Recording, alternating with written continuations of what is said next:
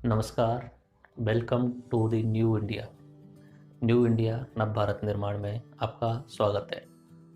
अगर आप यूपीएससी या अन्य स्टेट पीएससी की तैयारी कर रहे हैं तो हमारे द्वारा जो बेस्ट मटेरियल आपके लिए प्रोवाइड किया जा रहा है, आप उसे यूज करते हुए न केवल अपनी परीक्षाओं में सफलता हासिल कर सकते हैं, बल्कि हमारे द्वारा जो लाइफ लेसन्स दिए जाते हैं उनसे आप जीवन में भी सफलता हासिल करेंगे। अभी हम UPSC and other state PSC के जो भी एग्ज़ाम होते हैं उनके दृष्टिकोण संपूर्ण कोर्स कवर कर रहे हैं। हमारा एंड्रॉयड एप्लीकेशन न्यू इंडिया नव भारत निर्माण, जिसके द्वारा आपको एक स्ट्रेटजिक तरीके से, रणनीतिक तरीके से, अरेंजमेंट में, सिस्टमेटिक वे में संपूर्ण तैयारी कराई जाती है। हमारे लेसन्स आपको रटाने पर फोकस नहीं करते हैं, आपको समझाने और लाइफ लेसन्स पे फोकस करते हैं। आइए जुड़िए हमारे साथ में। हमारा एंड्रॉयड एप्लीकेशन डाउनलोड कीजिए। एंड्रॉयड एप्लीकेशन का नाम है न्यू इंडिया नव भारत निर्माण। हमारे साथ में जुड़ करके न्यू इंडिया बनाने में अपना योगदान दीजिए और इंडिया को वर्ल्ड पावर बनाने में अपना योगदान दीजिए। तो हमारा मूल अधिकारों वाला चैप्टर चल रहा है और इसमें हम चैप्टर नंबर 1 में हम बेसिक चीज़ों के बारे में बात कर चुके हैं। मूल अधिकार क्या होता है, संवैधानिक अधिकार क्या होता है, कानूनी अधिकार क्या होता है और मानव अधिकार क्या होता है, ये बात कर चुके हैं। आर्टिकल नंबर 13 और आर्टिकल नंबर 12 की भी बात कर चुके हैं हम। मूल अधिकारों में भाग 3 में आते हैं और 12 से लेकर 35 तक हैं। 12 में बताया राज्य की परिभाषा, राज्य के अंतर्गत क्या क्या आएगा, और 13 के अंतर्गत ये बताया गया कि जो मूल अधिकारों से असंगत कोई भी चीज़ है उनमें अलग अलग क्लॉज हैं। 13(1) में एक कहा गया है, 13(a) में कहा गया है कि अगर पहले का कोई विधि है तो वो खत्म हो जाएगी। अगर कानून बाद में बनाया जाता है संसद के द्वारा और जो मूल अधिकारों का पालन कर रहा है तो खत्म हो जाएगा। इस तरीके के 12 और 13 हमने देख लिए। और आज हम बात करने वाले हैं समता का अधिकार पार्ट 2 के अंतर्गत आर्टिकल नंबर 14 से लेके आर्टिकल नंबर 18। सबसे मोस्ट इम्पोर्टेंट जो टॉपिक आता है इसी के अंतर्गत शामिल होता है आरक्षण वाला टॉपिक, जिस पे हम पूरा डीएनए करेंगे, 0 से लेके और हाई लेवल तक जितने भी केसेज हैं, जितने भी प्रावधान हैं, उन सबको याद करने की भी कोशिश करेंगे। सिर्फ समझना नहीं है, याद भी करना है यहीं पे बैठ बैठ के। देखो अपने आईपैड में आप एक बार देख लीजिए, 13 से लेके 18 तक के मैं आपको जो अनुच्छेद हैं उनमें क्या क्या लिखा है ये मैं बता देता हूँ संविधान के तहत। आर्टिकल नंबर 14 देखिए, विधि के समक्ष समानता और विधि का समान संरक्षण। ठीक है, आर्टिकल नंबर 14 में ये बात लिखी है। ओरिजिनली में तो यही लिखा है विधि के समता, और उसके डिटेल में लिखा हुआ है विधि के समक्ष समता एंड विधि का समान संरक्षण, equality before law and equal protection of laws. ठीक है, विधियों का समान संरक्षण, विधि का नहीं, विधियों का समान संरक्षण, ये दोनों का अंतर क्या है ये देखते हैं अभी। ठीक है, आर्टिकल नंबर 15 आर्टिकल 15 अभी मूवी भी आई थी। उसका बेसिक क्या है, धर्म, मूल वंश, जाति, लिंग या जन्म स्थान के आधार पर विभेद का अंतर। धर्म, मूल वंश, जाति, लिंग या जन्म स्थान, कितने शब्द हुए? 5 हुए। 5 ये ध्यान रखने हैं, मतलब पूछा कुछ भी जा सकता है आज के समय पे, जो एग्जामिनर पूछने लग गए हैं ना जो बेसिक चीजों पे, तो ये 5 चीज आपको याद रखनी। वैसे आसान है, धर्म, मूल वंश, जाति, लिंग और स्थान, इनके आधार पे आप किसी भी व्यक्ति के साथ में भेदभाव नहीं कर सकते। अब इसके अंदर बहुत सारे प्रोविजंस हैं, सब देखने हमें। और इसी के अंतर्गत शिक्षा में आरक्षण का बात शुरू होती है, शिक्षा में आरक्षण वाली बात जो आती है वो देखेंगे। आर्टिकल नंबर 16, आर्टिकल नंबर 16 क्या कहता है, लोक नियोजन के विषय में अवसर की समता। लोक नियोजन यानी सरकारी नौकरियां होती हैं, उनमें जो है equality in matters of public employment, वहां पे सबको समान अवसर रहेंगे। वहां पे ऐसा नहीं होगा कि कोई राष्ट्रपति का बेटा है तो उसको अलग प्रोविजंस हो, या कोई गरीब का बच्चा है तो उसके लिए अलग प्रोविजंस हो। एक चीज ध्यान रखना है, यहाँ से आगे भी चीजें ध्यान रखनी है। मूल अधिकारों के बारे में मैंने विशेषता बताई है, ये असीमित नहीं है। मूल अधिकार ये एब्सोल्यूट नहीं है, इन पे कहीं ना कहीं युक्त प्रबंध लगे हुए हैं। हर मूल अधिकार के साथ में कहीं ना कहीं किंतु, लेकिन, परंतु लगा हुआ मिलेगा आपको। आर्टिकल नंबर 17 कहता है अस्पृश्यता का अंत, और आर्टिकल नंबर 18 कहता है उपाधियों का अंत। तो इनमें से 2 आर्टिकल नंबर 15 और आर्टिकल नंबर 16, ये काफी बड़े आर्टिकल हैं, तो ये पूरा लेक्चर उन पे ही जाएगा। शुरुआत करते हैं आर्टिकल नंबर 14 से। आर्टिकल नंबर 14 क्या कह रहा है? विधि के समक्ष समता और विधियों का समान संरक्षण। विधि के समक्ष समता एंड विधियों का समान संरक्षण। इंग्लिश में क्या बोलेंगे विधि के समक्ष समता को? Equality before law. दूसरा क्या कह रहा है? विधियों का समान संरक्षण, इक्वल प्रोटेक्शन ऑफ लॉज। अब देखो, विधि के समक्ष समता, ये प्रावधान जो लिया गया है वो इंग्लैंड से लिया गया है। पहली बात तो ये ध्यान रखनी है, इंग्लैंड के एक विधिवेत्ता थे डाइसी नाम करके, तो उन्होंने ये लॉ दिया था कि रूल ऑफ लॉ, कानून का शासन होना चाहिए। ठीक है, सब समान होंगे कानून के सामने, कानून से ऊपर कोई नहीं हो सकता। ये है equality before law. Even if अमीर हो, गरीब हो, पढ़ा लिखा हो, अनपढ़ हो, सब कानून के सामने समान होंगे, ये बात है। अब ये बात जो थी वो इंग्लैंड के हिसाब से थी। अब भारत की परिस्थितियों में क्या होता है कि भारत में सबको समान एक डंडे से हाँकना पॉसिबल नहीं हो पाता है, क्योंकि यहाँ पे असमान वर्ग हैं, वर्ग असमान बने हुए हैं। तो यूनाइटेड स्टेट ऑफ अमेरिका से, वहां से एक लॉ आता है इक्वल प्रोटेक्शन ऑफ लॉज, विधियों का समान संरक्षण। उसमें क्या होता है कि जो समान वर्ग है उसके लिए समान कानून बनेंगे। ये इक्वल प्रोटेक्शन ऑफ लॉज के अंतर्गत आता है। दोनों को एक बार यहाँ पे लिख के मैं बता देता हूं। पहला क्या बताया? Equality before law, top, okay. And दूसरा बताया इक्वल प्रोटेक्शन ऑफ लॉज। ठीक है, इसके बारे में अगर कोई पूछे तुमसे, पहली बात तो ये जो है ये इंग्लैंड से ली गई है। ठीक है, इंग्लैंड के वहां से, व्यक्ति का नाम है डाइसी करके कोई विधिवेत्ता है, तो उनके आधार पे। अगली बात, इसका बेसिक मतलब अगर कोई पूछे तुमसे तो इसका बेसिक मतलब क्या है? इक्वलिटी बिफोर लॉ का बेसिक मतलब ये है कि किसी भी व्यक्ति के लिए विशेष प्रावधान नहीं होंगे, सब व्यक्ति एक समान रहेंगे। ऐसा नहीं होगा कि अमीर व्यक्ति है, अंबानी का बच्चा है, तो उसके लिए कोई स्पेशल प्रावधान कानून में अलग से कानून। अगर उसने कोई अपराध किया है तो उसके लिए वही सजा मिलेगी जो नॉर्मल व्यक्ति की मिलने वाली है। तो इसका मतलब क्या है जो संविधान के अंतर्गत लिखा हुआ है? विशेष अधिकारों का ना होना, विशेष अधिकारों का ना होना, विभेद नहीं होना, किसी के साथ में भेदभाव नहीं करना। ये अपने equality before law article number 14 के पहले पार्ट में लिखा है। अब ना होना यानी नकारात्मक प्रवृत्ति। ठीक है, आर्टिकल में लिखा है, इस तरीके से लिखा है ना होने वाले बात, तो ये नकारात्मक प्रवृत्ति वाला जो है ये अपना इक्वलिटी बिफोर लॉ। ये बात समझ में आ गई? Equal protection of law, Bharat में बहुत अलग अलग प्रकार के वर्ग हैं। सामाजिक और शैक्षणिक रूप से भारत शुरू से ही अलग अलग वर्गों में बटा हुआ है। मे भी जो वर्ण व्यवस्था थी उसके कारण, मे भी जाति व्यवस्था थी उसके कारण। बहुत सारे लोग थे जो पढ़ाई में आगे चले गए थे और बहुत सारे लोग थे जो बिल्कुल ही पढ़ना लिखना शुरू भी नहीं किया था उन्होंने। तो यहाँ पे इक्वल प्रोटेक्शन ऑफ लॉ की बात की गई थी। यहाँ पे बोला गया था कि समान वर्गों के लिए समान कानून होगा, समान वर्गों के लिए समान कानून होगा। यहां ध्यान रखना, ये इसके किंतु में आ गया। यहाँ एक बार तो बोल दिया इक्वलिटी बिफोर लॉ, लेकिन यहाँ पे फिर उन्होंने बोल दिया कि भाई असमान लोग हैं तो असमान लोगों को कैसे तोड़ाओगे आप? ठीक है, अगर आपको रेस कराने के एग्जाम्पल से समझेंगे, आप मान लीजिए अपना राजस्थान पुलिस का ही कोई भर्ती हो रही है। ठीक है, राजस्थान पुलिस की भर्ती हो रही है, उसमें पुरुष को 10 किलोमीटर की दौड़ पूरी करनी है 60 मिनट के अंतर्गत। ठीक है, और महिला के लिए 5 किलोमीटर की दौड़ करनी है और वो भी 40 मिनट के अंतर्गत करनी है। तो फिर ये इक्वलिटी बिफोर लॉ रहा क्या? आप यही तो बोलोगे इक्वलिटी बिफोर कैसे लॉ रहा, क्योंकि यहाँ पे तो सबके लिए बराबर होना चाहिए, जबकि ये तो ऐसा नहीं रहा। तो ये इसके आधार पे हुआ इक्वल प्रोटेक्शन ऑफ लॉज। क्यों इक्वल प्रोटेक्शन? क्योंकि ये महिला जो है वो पुरुष से अलग वर्ग में आ रही है, बायोलॉजिकल रिजल्ट्स हो जाएंगे। ठीक है भाई, जो पुरुष की क्षमता है वो कहीं ना कहीं महिला में उतनी उस शारीरिक रूप में वो क्षमता नहीं होगी शायद, इसलिए यहाँ पे 5 किलोमीटर की दौड़ का प्रावधान किया गया। और कोई तीसरा आदमी फिजिकली हैंडीकैप्ड है तो उसके लिए अलग से प्रावधान हो सकते हैं। ठीक है, इस तरीके से ये यहाँ पे जो है अलग अलग प्रावधान किए जाएंगे। इक्वल लोगों के लिए इक्वल लॉ रहेंगे। याद रखना, मेन पॉइंट शुरू रहेगा यहाँ पे। अगर महिलाओं की दौड़ हो रही है और महिलाएं 100 हैं तो 100 महिलाओं को 5 किलोमीटर 40 मिनट के अंदर ही दौड़ना पड़ेगा, क्योंकि उनके लिए इक्वलिटी बिफोर लॉ है।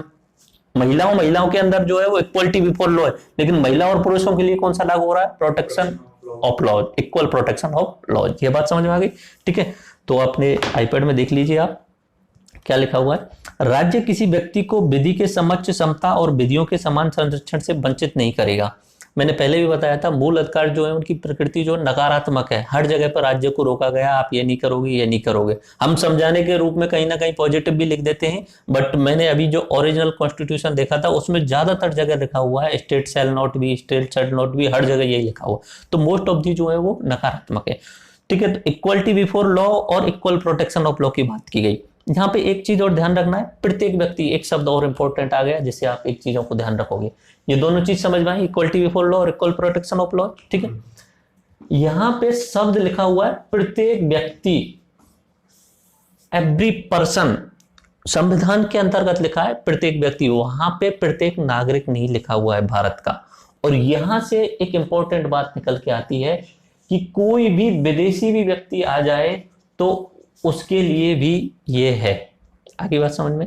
इक्वल प्रोटेक्शन ऑफ लॉ, कानून सबके लिए इक्वल रहेगा, प्रत्येक व्यक्ति। इसमें थोड़ा बहुत अगर निकल के आता है तो सीए वाला जो अमेंडमेंट है उस पे अपना सिटीजन अमेंडमेंट एक्ट है जो अभी किया था 2019 के दिसंबर में, तो उसके रिगार्डिंग जो लोग बात करते हैं वो यहां पे बात करते हैं आर्टिकल नंबर 14 के तहत, क्योंकि वहां पे व्यक्ति लिखा हुआ आर्टिकल नंबर 14 में, आर्टिकल नंबर 15 में और आर्टिकल नंबर 16 में नागरिकों की बात की गई है, लेकिन आर्टिकल नंबर 14 में जो बात की गई है वो व्यक्ति की बात की गई है। इसलिए सीएए के खिलाफ लोग सुप्रीम कोर्ट जाने की सोचते हैं, देखते हैं क्या होगा, बट अभी तक कुछ वो नहीं है, अभी तक सीए जो है वो चलता रहेगा। ठीक है, तो यहाँ प्रत्येक व्यक्ति मतलब बात का क्या कही गई, उसमें जो सीए था उसमें बोला गया था 6 कम्युनिटी बताई गई थी, हिंदू सिख बौद्ध जैन पारसी एंड उसके अलावा ईसाई। इन 6 कम्युनिटी जो कि पाकिस्तान बांग्लादेश और अफगानिस्तान से आए हुए हैं उनको 5 वर्ष के अंतर्गत यहाँ पे जो है वो नागरिकता मिल जाएगी। 2014 की दिसंबर से पहले आए हुए हैं उनको यह नागरिकता मिल जाएगी। पहले 11 वर्ष का होता था, 5 वर्ष का कर दिया, स्पेशल कोई चेंज नहीं हुआ है उसमें, और ऐसा कोई भेदभाव भी नहीं किया गया है। अगर कोई मुस्लिम चाहे पाकिस्तान का आकर के चाहे तो वो यहाँ की नागरिकता ले सकता है, आसानी से ले सकता है, वो जो पहले के प्रोविजन है उसके हिसाब से ले सकता है। इनके लिए ऐसे लिए किया, कारण यही था ना, क्योंकि वो रिफ्यूजीज के रूप में रह रहे हैं और वो पाकिस्तान में नहीं जाना चाह रहे हैं, अत्याचार हो रहा है। अब अदनान सामी है, पाकिस्तान में जन्म हुआ, भारत में आके रहना चाहता है, उसने अपनी नागरिकता ले ली, मिल गई भारत की नागरिकता। ऐसा बिल्कुल विभेद नहीं किया है, लेकिन इंपॉर्टेंट बात यह है प्रत्येक व्यक्ति वाला जो कानून आता है, तो जब इससे पूछा जाता है ना, सीएए अपने आर्टिकल नंबर 14 के विरुद्ध बताते हैं उनके जो आलोचक हैं, तो प्रत्येक व्यक्ति वाले पॉइंट को ध्यान रखना है। तो प्रत्येक व्यक्ति का मतलब हुआ भारतीय नागरिक या विदेशी दोनों शामिल होंगे, और इसके अंतर्गत विदेश निगम कंपनियां और समितियां ये भी शामिल होंगी। ओके, ये बात समझ में आ गई। विधि की समझ क्षमता क्या है? कोई व्यक्ति कानून से ऊपर नहीं होगा, गरीब अमीर ऊंचा नीचा अधिकारी गैर अधिकारी कोई फर्क नहीं होने वाला है। अर्थ क्या है? विशेष अधिकारों का ना होना, नो प्रिविलेज टू ऑल। नकारात्मक अवधारणा है, विचारधारा जो इंग्लैंड से ली गई है, और जो व्यक्ति थे रूल ऑफ लॉ देने वाले एवी डाइसी थे। ओके, विधियों का समान संरक्षण, समान परिस्थितियों में समान व्यवहार किया जाएगा, समान लोगों के लिए समान नियम होंगे, अनुपातिक समानता रहेगी। ओके, सकारात्मक अवधारणा ये दुर्बल पक्ष के लिए और यूएसए से ली गई है। अब यहाँ पे एक चीज आप समझ रहे होंगे कि ये सर अवधारणा सकारात्मक क्या रही।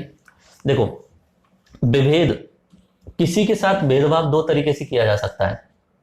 ठीक है, एक तरीके से होता है पॉजिटिव, एक तरीके से होता है नेगेटिव, और एक तरीके से होता है positive. Negative in the sense कि आप किसी को विशेष अधिकार दे दो, विशेष अधिकार दे दो। कोई अमीर व्यक्ति है जैसे कि अंबानी है या कोई भी, ऐसे नाम लेने से कोई फर्क नहीं पड़ता, जो भी अमीर व्यक्ति है या कोई प्रधानमंत्री का खास व्यक्ति है, उसके लिए कोई स्पेशल विशेष अधिकार दे दिया कि भाई साहब इस पे कोई भी ये अपराध करे इसको कोई सजा नहीं मिलने वाली। ये होता है विशेष अधिकार। जैसे पुराने टाइम पे होता था, राजा किसी को भी मार दे कोई फर्क नहीं पड़ने वाला, विशेष अधिकार होता। ये अपने आप में गलत है और ये नेगेटिव है। ठीक है, ये नहीं होना चाहिए इस तरीके का। इस तरीके के विशेष अधिकार को हमने हनन किया है। बाकी आर्टिकल नंबर 14 के इसी में लिखा हुआ है स्पेशली, बहुत सारी जगह विशेष अधिकार भी हैं, राज्यपाल को, राष्ट्रपति को, एमपी एमएलए उनके लिए हैं, बट वो एक तरीके से कुछ कंडीशंस के साथ में विशेष अधिकार हैं। ओरिजिनली हम मोस्ट ऑफ द केसेज में इक्वलिटी बिफोर लॉ में ही है। ओके, पॉजिटिव में क्या होता है कि हम गरीब के पक्ष में भेदभाव करें। आई बात समझ में? जो आरक्षण वाला मुद्दा आने वाला ही है आगे के उसमें, तो गरीब के पक्ष में भेदभाव करें तो उसमें यह बोला जाता है कि जैसे भाई ये रेस शुरू करनी है यहां से, ठीक है, एक व्यक्ति यहां खड़ा है ए, एक व्यक्ति यहां खड़ा है बी, एक व्यक्ति यहां खड़ा है सी, ये पीछे की साइड में है, ये मान लीजिए गरीब है, ठीक है, ये मध्यम है और ये अमीर है।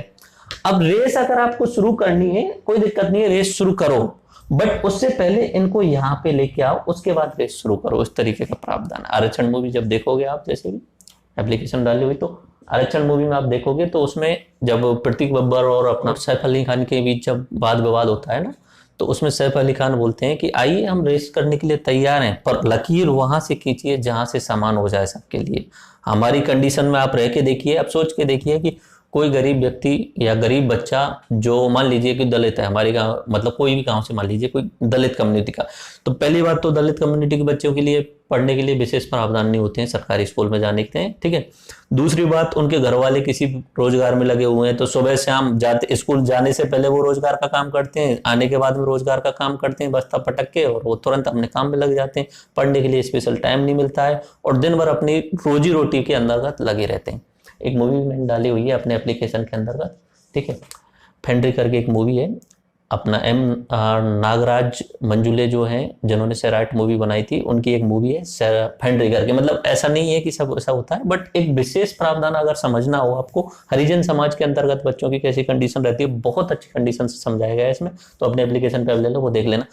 तो जो कंडीशन उस बच्चे की है, और एक दूसरा बच्चा जो एमएलए का बेटा है या अरबपति का बेटा है, जो जाता गाड़ी में है, सुबह से शाम तक एसी के अंतर्गत रहता है, खाने के लिए उसके रूम में रखने के लिए सबसे सुविधाएं होती हैं, तो वहां पे उन दोनों का आप कंपटीशन डायरेक्टली नहीं करा सकते हो, इसलिए यहाँ पे अपना इक्वल प्रोटेक्शन ऑफ लॉ की बात कही गई थी, ठीक है। विभेद दो प्रकार का, एक हुआ सबल के पक्ष में और एक हुआ दुर्बल के में। सबल वाला जो है वो नेगेटिव है, वर्ण व्यवस्था वाला जो एग्जांपल था पुराने टाइम पे, और एक सकारात्मक विभेद जो आज के टाइम पे अलाउड है, आरक्षण या कर व्यवस्था। कर व्यवस्था भी जो है वो सकारात्मक विभेद के अंतर्गत आती है, यानी कोई गरीब व्यक्ति है, 2.5 लाख से कम इनकम है, उससे कर नहीं लिया जाता, इवन एक 5 के टाइम पे 5 लाख तक भी कर नहीं लिया जाता अलग अलग एग्जाम्पशन में।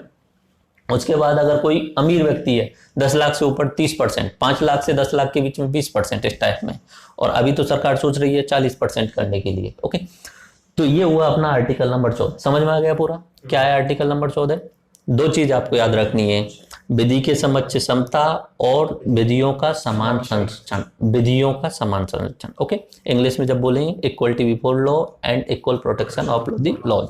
बार बार रिपीट इसलिए करा रहा हूं मैं क्योंकि आपको यहीं पे याद होना चाहिए ये पूरा, क्यों आगे हमेशा याद हो जाएंगे ना, जिंदगी भर काम आएंगी ये बातें। Article number 15। नमस्कार, welcome to the new India. New India नव भारत निर्माण में आपका स्वागत है।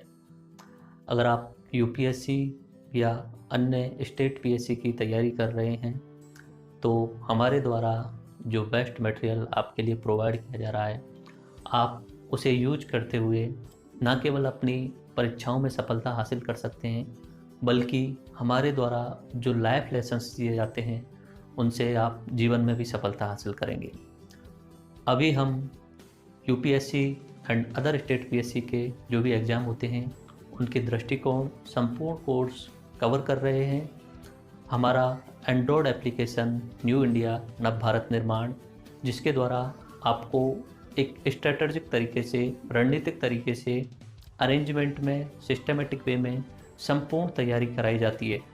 हमारे लेसन्स आपको रटाने पर फोकस नहीं करते हैं, आपको समझाने और लाइफ लेसन्स पे फोकस करते हैं। आइए जुड़िए हमारे साथ में, हमारा एंड्रॉयड एप्लीकेशन डाउनलोड कीजिए। एंड्रॉयड एप्लीकेशन का नाम है न्यू इंडिया नव भारत निर्माण। हमारे साथ में जुड़ करके न्यू इंडिया बनाने में अपना योगदान दीजिए और इंडिया को वर्ल्ड पावर बनाने में अपना योगदान दीजिए। We are on that mission, so join us on the mission to making India world power again. Download our android application. उसके साथ में आप free videos, free PDFs, free quiz and free test दे सकते हैं। आपको एंड्रॉयड एप्लीकेशन न्यू इंडिया नव Bharat download करना है। अगर आप iOS यूज करते हैं तो माई इंस्टीट्यूट्स नाम से वहाँ पे ऐप स्टोर में एप्लीकेशन मिलेगा, जिसमें ORG कोड आपको TECH लगाना है। प्रीवियसली हमारे चैनल का नाम टेक्निकल आवारा था, राइट नाउ हमने नाम चेंज करके न्यू इंडिया नव भारत निर्माण कर दिया है। तो आप अगर वेबसाइट पे भी हमारे लेक्चर्स देखना चाहते हैं और लैपटॉप पे, डेस्कटॉप पे अगर हमारे लेक्चर्स देखना चाहते हैं तो www.technicalavara.com पर अपने मोबाइल नंबर से लॉगिन करके वहाँ पे free videos, free PDFs, free quiz का फ़ायदा उठा सकते हैं। साथ साथ में डेली करंट अफेयर्स की पीडीएफ भी हमारे द्वारा प्रोवाइड की जाती है, तो आप वहाँ उन्हें यूज कर सकते हैं। राम राम साहब। आर्टिकल नंबर 15 कहता है धर्म, मूल वंश, जाति, लिंग, जन्म स्थान के आधार पर आप विभेद नहीं कर सकते। No citizen shall be discriminated on the basis of religion, race, caste, sex और 5 चीजें बता दी, ये चीज याद हो गई। एग्जाम में ये पूछा जा सकता है, ऐसे बोल जाएगा आर्टिकल 15 में से इनमें से कौन सा शामिल नहीं है। मे बी इनमें से 3 का नाम दे देगा, धर्म, मूल वंश, जाति, और चौथा कोई स्पेशल चीज बोल देगा। ठीक है, तो वो चौथा वाला आपको हटा देना है। अब आर्टिकल नंबर जो 15 है, इसके अंतर्गत आर्टिकल नंबर 15 के अंतर्गत सब क्लॉज 6 है टोटल, 1 to लेके 6 तक। ओके, अब देखो शुरुआत जब था कॉन्स्टिट्यूशन तब आर्टिकल नंबर 15(1), 15(2), 15(3) यही थे।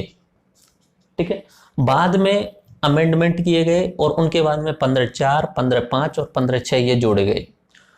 नॉर्मली मैं पढ़ाने को तो इतना याद करा सकता हूं, बट एक एक चीज आपको ध्यान रखनी पड़ेगी, क्योंकि आरक्षण वाला जो इश्यू है जिससे आप भटक जाते हो वो यहां से जाएंगी सारी बातें, बेसिक तरीके से जाएंगे। 15(1) देखिए क्या कह रहा है। आर्टिकल 15(1) राज्य किसी भी नागरिक के साथ केवल धर्म, मूल वंश, लिंग, जन्म स्थान के आधार पर भेदभाव नहीं करेगा, ये 15(1) में लिख दिया। 15(2) देखिए, सभी सार्वजनिक स्थान, मैदान, मनोरंजन स्थल, होटल, कुएं, तालाब, घाट, सड़क समाज के सभी वर्गों के लिए खुले रहेंगे, ये ओपन है। ओके, ये चीज है। और ये मूल अधिकारों में लिखने का विशेष प्रोविजन क्या रहा, क्या फायदा रहा, क्योंकि अगर इनमें से आपका कहीं पे भी कोई हनन हो रहा है, अगर राज्य हनन कर रहा है या अगर कोई व्यक्ति हनन कर रहा है, तो आप सुप्रीम कोर्ट में डायरेक्ट जाओगे, इसके तहत ही जाओगे। ओके, तो यहाँ पे आर्टिकल नंबर 15(2) में लिखा हुआ है मैदान, मनोरंजन स्थल, होटल, कुएं, तालाब। आप जैसे कि किसी गाड़ी में बैठे या और कोई भी दलित जाति से और किसी गांव के किसी गाड़ी में बैठ के जा रहा है और जो गाड़ी वाला है उसे सिर्फ जाति के आधार पे बैठने से मना कर देता है कि आप लोअर कास्ट से हो, इस गाड़ी में नहीं बैठ सकते हो, तो वहां पे जो है वो उसके मूल अधिकारों का हनन हो रहा है। आप किसी सार्वजनिक पार्क में कोई दलित व्यक्ति है, उसे कोई रोक देता है कि भाई इसके अंतर्गत आप जाति, धर्म, मूल वंश के आधार पर ऐसे बोल दे कि भाई साहब आप इस पर्टिकुलर कम्युनिटी से हो तो आप इस पार्क के अंतर्गत नहीं आ सकते, अगर वो सार्वजनिक है तो। ध्यान इसमें ये रखना है, पार्क सार्वजनिक होना चाहिए। निजी घर का मामला है तब आप नहीं कर सकते। आप, मेरा पार्क है घर का और उसमें कोई बाहर से कोई आना चाहे वो मेरी मर्जी है, लेकिन आप उसे जाति सूचक शब्द बोल करके मना नहीं कर सकते हो, ये भी ध्यान रखना होगा, क्योंकि वो बाद में प्रोविजंस किए गए हैं अपने, जो अपना SC/ST एक्ट आया उसमें सारे प्रोविजंस किए गए हैं। जाति सूचक शब्द बोल करके आप उनसे मना नहीं कर सकते हो। ठीक है, भेदभाव। ओके, और 15(3) क्या कह रहा है, राज्य महिलाओं एवं बच्चों के लिए विशेष प्रावधान कर सकता है। ठीक है, 15(3). अब ये शुरुआत में तो बोल दिया कि कोई विभेद नहीं करेंगे दोनों में, पहले 15(1) में और 15(2) में बोल दिया। 15(3) में बोल दिया राज्य महिलाओं एवं बच्चों के लिए विशेष प्रावधान कर सकता है, इतना बोल दिया। 15(4) शुरुआत में था नहीं। अब महिलाओं के लिए विशेष प्रावधान क्या किया गया, आज के टाइम पे आप देखते होंगे बसों में रिजर्वेशन रख सकते हैं सीटों के अंतर्गत महिलाओं के लिए, रेल में कोई सीट पूरा बोगी की बोगी महिलाओं के लिए रिजर्व रखी जा सकती है। उसके अलावा ऑल ओवर MP MLA वाला रिजर्वेशन रखा जा सकता है। पंचायती राज्यों में तो 33% है और 50% का बहुत दिनों से कोशिश चल रही है। ठीक है, हो सकेगा तो आ जाएगा, पंचायती राज्यों में आ सकता है। ओके, अब देखो एक केस होता है, चलो यहां से पहले मैं आपको आरक्षण वाला इतिहास लास्ट में बताऊंगा। हाँ, अब एक केस समझते हैं थोड़ा सा। 1921 के टाइम की बात है। आरक्षण जो है वो अंग्रेजों के टाइम से शुरू होता है, हंटर आयोग आता है और वो सब लास्ट में देखेंगे, बट यहां से हम बात करते हैं मद्रास प्रेसिडेंसी, मद्रास राज्य। 1921 में वहां पे जातिगत आधार पर शैक्षणिक संस्थानों में प्रवेश की अनुमति दी गई थी। हर जाति के लिए उनका जो अनुपात था उस आधार पर उनके लिए शैक्षणिक संस्थानों में प्रवेश की अनुमति दे दी गई थी 1921 में। 1950 में संविधान लागू हो गया और उस समय कहीं पे भी ये नहीं लिखा था शैक्षणिक संस्थानों में आपको आरक्षण देना है। ठीक है, मद्रास में इसी के आधार पे एक लड़की चंपाकम दोराईजन, उनका जो है वो सिलेक्शन नहीं हो पाता है, उनके कॉलेज में सिलेक्शन नहीं हो पाता है। वो इसको लेकर के जो है वो सुप्रीम कोर्ट में जाती हैं और सुप्रीम कोर्ट वहां पे इसको अवैध ठहरा देती है। किसको? जातिगत आधार पे आरक्षण को अवैध ठहरा दिया कि आप ऐसा नहीं कर सकते जातिगत आधार पे, क्योंकि संविधान में लिखा ही नहीं था, कहीं पे भी संविधान में नहीं लिखा था। इसी बात को लेके तुरंत फर्स्ट अमेंडमेंट हुआ, पहला संविधान संशोधन हुआ 1951 में भी, ठीक है। और उसमें आर्टिकल नंबर 15(4) जोड़ा गया, ठीक है। आर्टिकल नंबर 15(4) जोड़ा गया और 15(4) क्या कहा? सामाजिक और शैक्षणिक दृष्टि से पिछड़े लोगों, SC ST के लोगों के लिए राज्य विशेष प्रावधान कर सकता है। अब संविधान में लिखना भूल गए थे वो शैक्षणिक संस्थानों वाला, लेकिन तुरंत जैसे ही वो केस गया उधर की साइड में, मद्रास हाईकोर्ट ने उसे रद्द किया, तुरंत जो नेहरू सरकार थी उन्होंने पहला संविधान संशोधन करके हुए 1951 में ये बात कर दी। आई समझ में बात? कहानी नहीं आई समझ में? 1921 में वो प्रावधान किया, अपना आरक्षण संविधान लागू हुआ। उस समय तक कुछ था नहीं शैक्षणिक संस्थानों में। ये चंपाकम दोराईजन गई केस लेके, मद्रास हाईकोर्ट ने बोला कि आप ऐसा नहीं कर सकते, जातिगत आधार पर आरक्षण नहीं दे सकते, जबकि पहले से जातिगत आधार पर आरक्षण अंग्रेजों के टाइम से चला रहा था। इसके खिलाफ इसको जो सुप्रीम कोर्ट का या हाई कोर्ट का, जो हाई कोर्ट का डिसीजन था एक्चुअली में, मद्रास हाई कोर्ट का, इस डिसीजन को एक तरीके से नल वॉइड करने के लिए अपने संविधान में संशोधन किया गया नेहरू सरकार के द्वारा, और जिसमें हमने जोड़ दिया गया 15(4) कि आप शैक्षणिक संस्थानों में SC ST एवं विशेष पिछड़ा वर्ग है उनके लिए या अदर पिछड़ा वर्ग है उनके लिए प्रावधान कर सकते हो। आर्टिकल नंबर 15(4) जोड़ दिया गया। आगे बात समझ में? ठीक है। चंपाकम दोराईजन वाला केस समझ में आ गया। इसी के आधार पे शैक्षणिक संस्थानों में जो है वो आरक्षण का शुरुआत हो गई। ओके। संसद व विधानमंडलों में जो आरक्षण है वो यहां से नहीं आता है एक्चुअली में। अब जब बात चलेगी ना आगे, मैं बताता हूं थोड़ी देर में, एक कॉन्सेप्ट आता है कि 10 साल तक आरक्षण बढ़ाने वाली बात। ओरिजिनल संविधान में जब बात करते हैं, आरक्षण 3 तरीके का होता है नॉर्मली। आरक्षण 3 तरीके से हो सकता है आरक्षण। एक तो होता है शैक्षणिक संस्थानों में आपको आरक्षण दे दिया गया, दूसरा होता है नौकरियों में आरक्षण दे दिया गया, और तीसरा होता है आपको MP MLA यानी राजनीतिक रूप से आरक्षण दे दिया गया। राजनीतिक आरक्षण की अपने मूल अधिकारों में बात नहीं की गई है। राजनीतिक आरक्षणों के लिए आर्टिकल नंबर 330, 331, 332 और 333, ये 4 आर्टिकल हैं। 330 में संसद के लिए, फिर एंग्लो इंडियन के लिए राज्य विधानमंडल, फिर राज्यों में एंग्लो इंडियन के लिए। और इनसे रिलेटेड ही एक और आर्टिकल है 334, जिसमें यह बात कही गई है कि ये जो राजनीतिक आरक्षण है ये अगले 10 वर्षों के लिए होगा। राजनीतिक आरक्षण जो होगा अगले 10 वर्षों के लिए होगा, और जिसे बार बार जो है वो संसद में संविधान संशोधन करते हुए संसद द्वारा बढ़ाया जाता है, जो कि अभी लास्ट टाइम बढ़ाया गया है 25 जनवरी को। एक्चुअली में बढ़ा तो दिसंबर में दिया गया था, लेकिन लागू होता है 26 जनवरी से, क्योंकि संविधान जिस दिन लागू हुआ 26 जनवरी, उससे अगले 10 साल यानी 26 जनवरी या 25 जनवरी 1960 तक का। अब जैसे जैसे बढ़ाते गए 2009 में बढ़ाया गया, अब अभी दिसंबर में बढ़ा दिया गया और वो अगला वाला लागू हो गया, यानी 2020 से 2030 तक अभी राजनीतिक आरक्षण रहेगा। 10 साल वाली बात जो आती है वो ना तो शैक्षणिक में आती है और ना ही नौकरियों वाले में आती है। आरक्षण अगर दे दिया है तो वहां पे 10 साल का कोई भी प्रावधान नहीं है, वो आरक्षण कंटिन्यू रहेगा। आगे बात समझ में? लेकिन अभी बहुत सारे प्रावधान है जिन पे हम बात कर सकते हैं कि आरक्षण किस तरीके से जो है मूल्यांकन किया जा सकता है। आगे बात समझ में? आर्टिकल नंबर 15(4) की बात समझ में आई। आर्टिकल नंबर 15(5) पे बात करते हैं। आर्टिकल 15(5) जो है वो 93 में संविधान संशोधन द्वारा 2005 में से जोड़ा गया था। ठीक है। उसमें क्या हुआ था कि 2005 में जो अपने उच्च शिक्षण संस्थान है उनमें SC ST के जो विद्यार्थी थे उन्होंने आंदोलन किया था कि हमें इन उच्च शिक्षण संस्थानों में जो है आरक्षण मिलना चाहिए। पहले IIT और IIMs इनमें कभी भी जो आरक्षण नहीं होता था। 2005 में उन्होंने आंदोलन किया। आंदोलन के बाद मनमोहन सरकार के द्वारा कौन सा संविधान संशोधन किया गया? 93वां संविधान संशोधन 2005 में किया गया, जिसके तहत क्या जोड़ा गया? आर्टिकल 15(5) सामाजिक शैक्षणिक पिछड़े लोगों तथा SC ST के लोगों के लिए उच्च शिक्षण संस्थानों में आरक्षण दिया जा सकता है। इसे मंडल 2 के नाम से भी जाना जाता है। मंडल देख लेंगे अभी क्या होता है। ठीक है। तो इसी को अशोक ठाकुर भारत संघ वाले में चुनौती दी गई, लेकिन उस जो है वो चुनौती खारिज कर दी गई और क्रीम लेयर सिद्धांत का पालन किया जाना चाहिए, ये सब बोला गया। क्रीम लेयर सिद्धांत भी देखेंगे अभी थोड़ी देर में। 15(5) समझ में आ गया? ओके। और लास्ट जो अपना संशोधन किया गया 15(6), ये पिछले साल ही नरेंद्र मोदी सरकार के द्वारा उच्च शिक्षण संस्थानों में आर्थिक रूप से जो पिछड़े लोग हैं उनके लिए आरक्षण की बात कही गई है। ओके, जनवरी 2015 में 103वां संविधान संशोधन जोड़ा गया, ठीक है, और इसके तहत सामान्य वर्ग के आर्थिक दृष्टि से पिछड़े हुए लोगों के लिए शिक्षण संस्थान में आरक्षण की व्यवस्था की गई है। आगे बात समझ में, ये 103वां संविधान संशोधन कौन सा हुआ,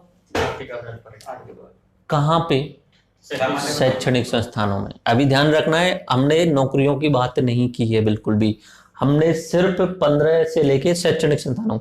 15(1) में क्या बोला था उन्होंने, मूल बन जाती आधार पे इनकी आदत है भेदभाव नहीं किया जाएगा। 15(2) पे क्या बोला, अच्छा कौन कौन से थे वो 5 नाम ध्यान रखना है, धर्म, जाति, मूल, वंश, धर्म, जाति, मूल या वंश एक ही बात होती है, वंश नहीं है, धर्म, जाति, मूल, वंश, वंश एक ही बात होगी, ठीक है, एंड लिंग एंड जन्म स्थान के आधार पे आप भेदभाव नहीं कर सकते हो, ठीक है।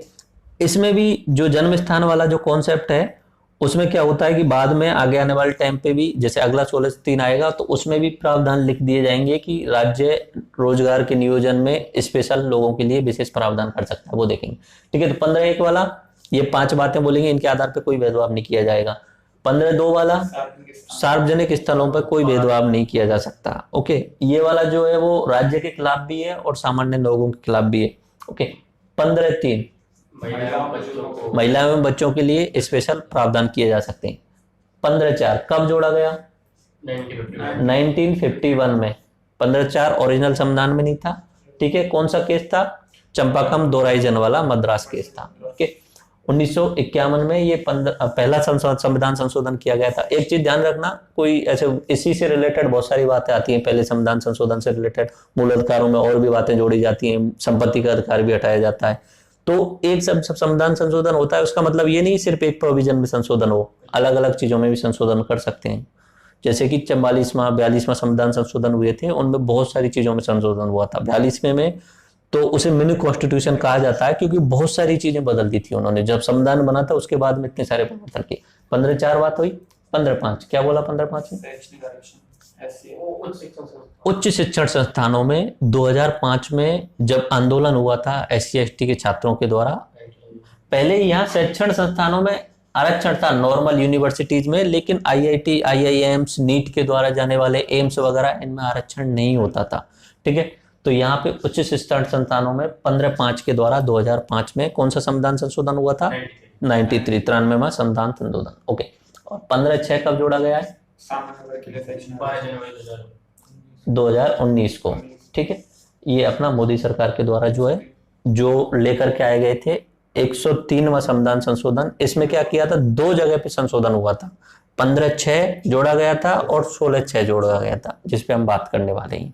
एक साथ में दोनों पे किया था, या शैक्षणिक संस्थानों में भी आर्थिक आधार पे और उधर रोजगार नियोजन में भी आर्थिक आधार पे किया था। 15 वाला क्लियर हुआ, आगे बात समझ में। अब बात करते हैं आर्टिकल नंबर 16 की, जिसपे सबसे ज्यादा बात होती है नॉर्मली, और इससे रिलेटेड जितने भी प्रावधान और जितने भी केस हैं वो यहाँ पे हम पढ़ने वाले हैं। देखिए 16 क्या कहता है, लोक नियोजन के विषय में अफसर की क्षमता। क्लियरली बोल दी कि जो भी पब्लिक एम्प्लॉयमेंट होगा उनमें इक्वलिटी रखेंगे हम, ठीक है, इक्वलिटी रखी जाएगी।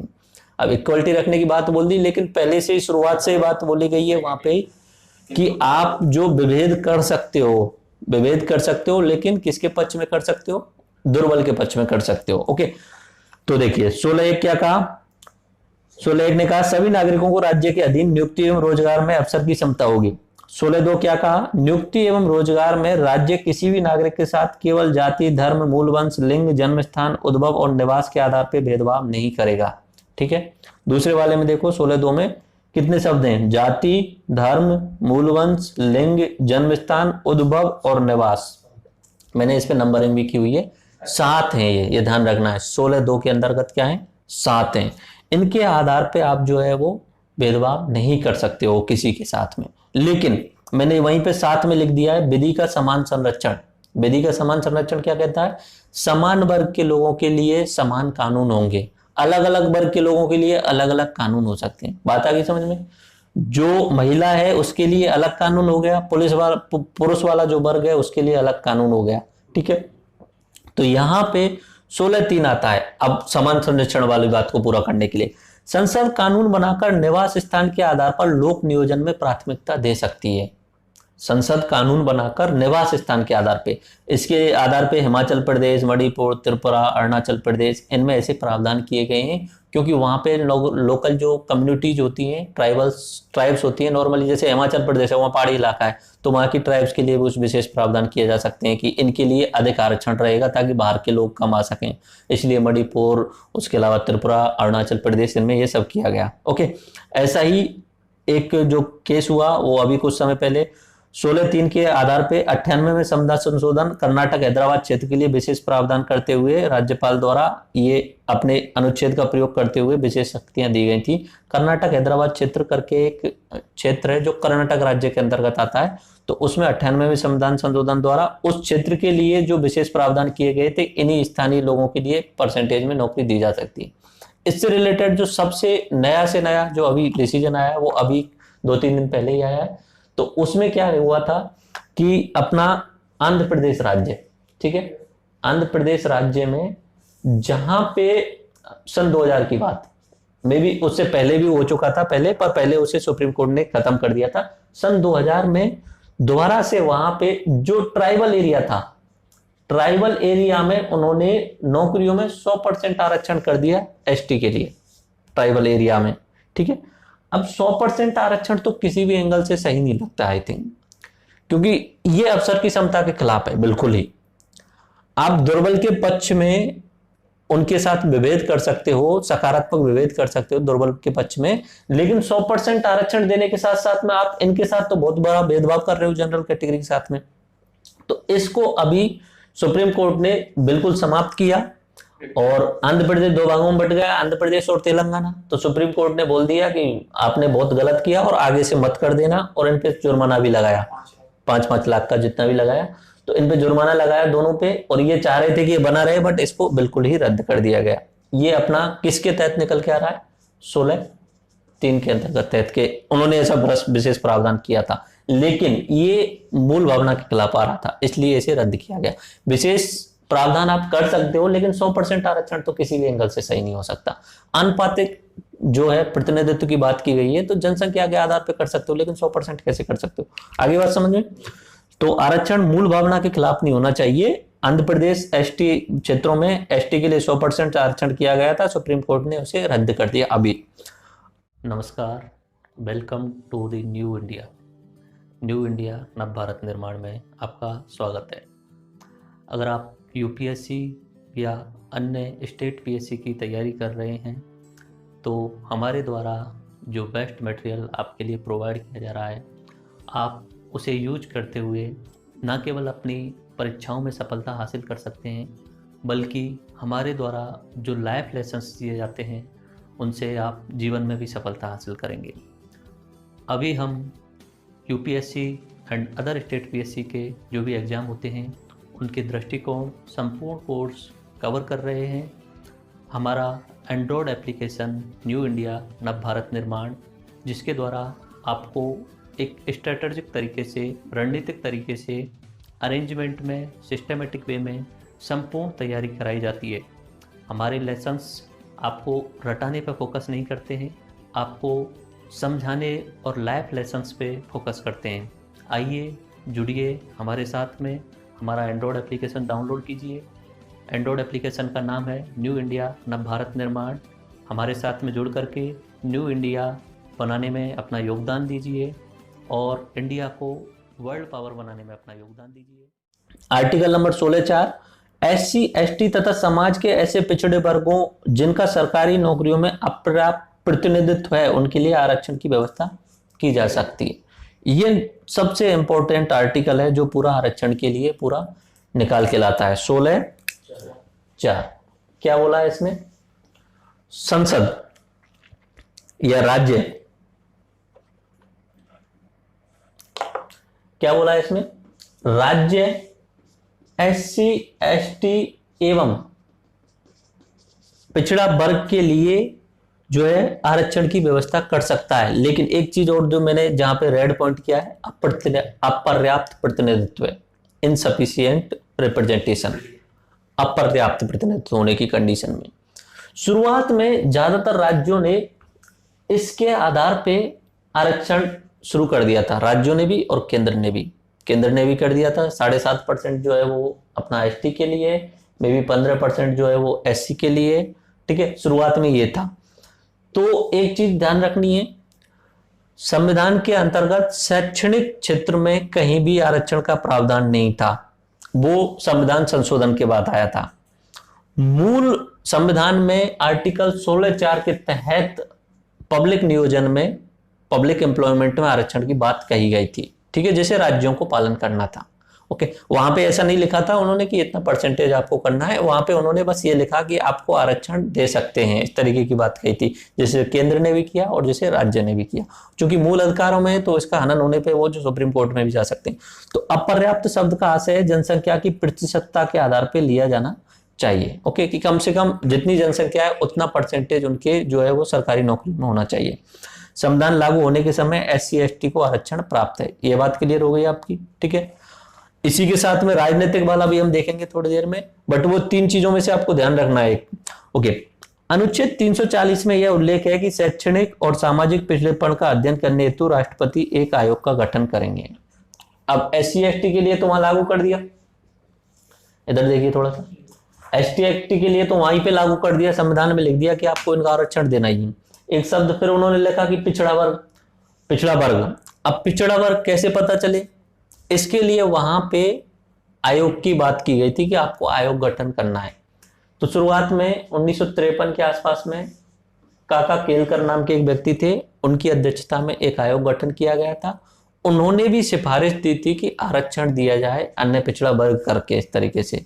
ठीक है, लेकिन उस समय वो सब माना नहीं गया, नेहरू सरकार थी और बाद में कांग्रेस सरकार चलती रही। फिर दोबारा से 1979 में जब जनता पार्टी की सरकार बनी, मोरारजी देसाई जो उस समय पीएम बने, तो फिर उन्होंने एक नया आयोग बनाया, बिंदेश्वर प्रसाद मंडल करके, बीपी मंडल करके, और फिर उसने अपनी रिपोर्ट जो है वहां पे कुछ समय बाद में पेश कर दी। लेकिन 1980 में ही पेश कर दी थी उन्होंने, 1.5 साल के अंतर्गत ही। फिर वहां पे सत्ता चेंज हो गई, कांग्रेस की सरकार आ गई, कांग्रेस सरकार ने उसे लागू नहीं किया। 1990 में, ठीक है, 1990 में वहां पे अपने जो प्रधानमंत्री थे बीपी सिंह थे, और ये जनता पार्टी के समर्थन में थे, यानी कांग्रेस के नहीं थे, गैर कांग्रेसी थे। तो बीपी सिंह ने इस मंडल आयोग को लागू कर दिया था, और इस मंडल आयोग की सिफारिश थी कि आपको 27% आरक्षण देना है। और इस मंडल आयोग की जो सिफारिश थी उसमें 3743 जातियां शामिल थी, 3743 जातियां। देखो यहाँ पे 2-3 चीजों का आप ध्यान भी और रख सकते हो फैक्ट के बारे में। वो जो 3743 जातियां शामिल की थी, उनका ऑल इंडिया में परसेंटेज जो था 52% था पॉपुलेशन वाइज में। उन्होंने रिजर्वेशन का जो रिकमेंडेशन किया था वो 27% किया था, मंडल ने प्रॉपर्ली अनुपातिक नहीं किया था, उससे आधे में किया करीब करीब। ठीक है, तो पहले 15% तो अपना एक्टिव एससी वाला, 7.5 वाला अपना एसटी वाला, और 27% ही आ गया। तो कितना हो गया, 49.5% ये कंप्लीट हो गया। चलो ये बात तो हो गई। इसके विरोध बहुत हुआ, मंडल कमीशन जैसे हुआ बहुत सारा विरोध हुआ, लोगों ने आत्मदाह शुरू कर दिया, जनरल कैटेगरी के लोगों ने। तो उन सबको शांत करने के लिए पीवी नरसिंह राव, ठीक, ये पीवी नरसिंह राव जी 14% आर्थिक आरक्षण का प्रावधान लेके आ गए। आर्थिक रूप से आरक्षण हम प्रदान करेंगे, ठीक है, जनरल कैटेगरी के लोगों के लिए 14%, और क्या लिखा, आर्थिक आधार पे। ठीक है, आर्थिक आधार पे 2 केस हुए। एक तो मंडल कमीशन वाला जो लागू किया बीपी सिंह के द्वारा, ठीक है, ये ओबीसी वाली बात हुई।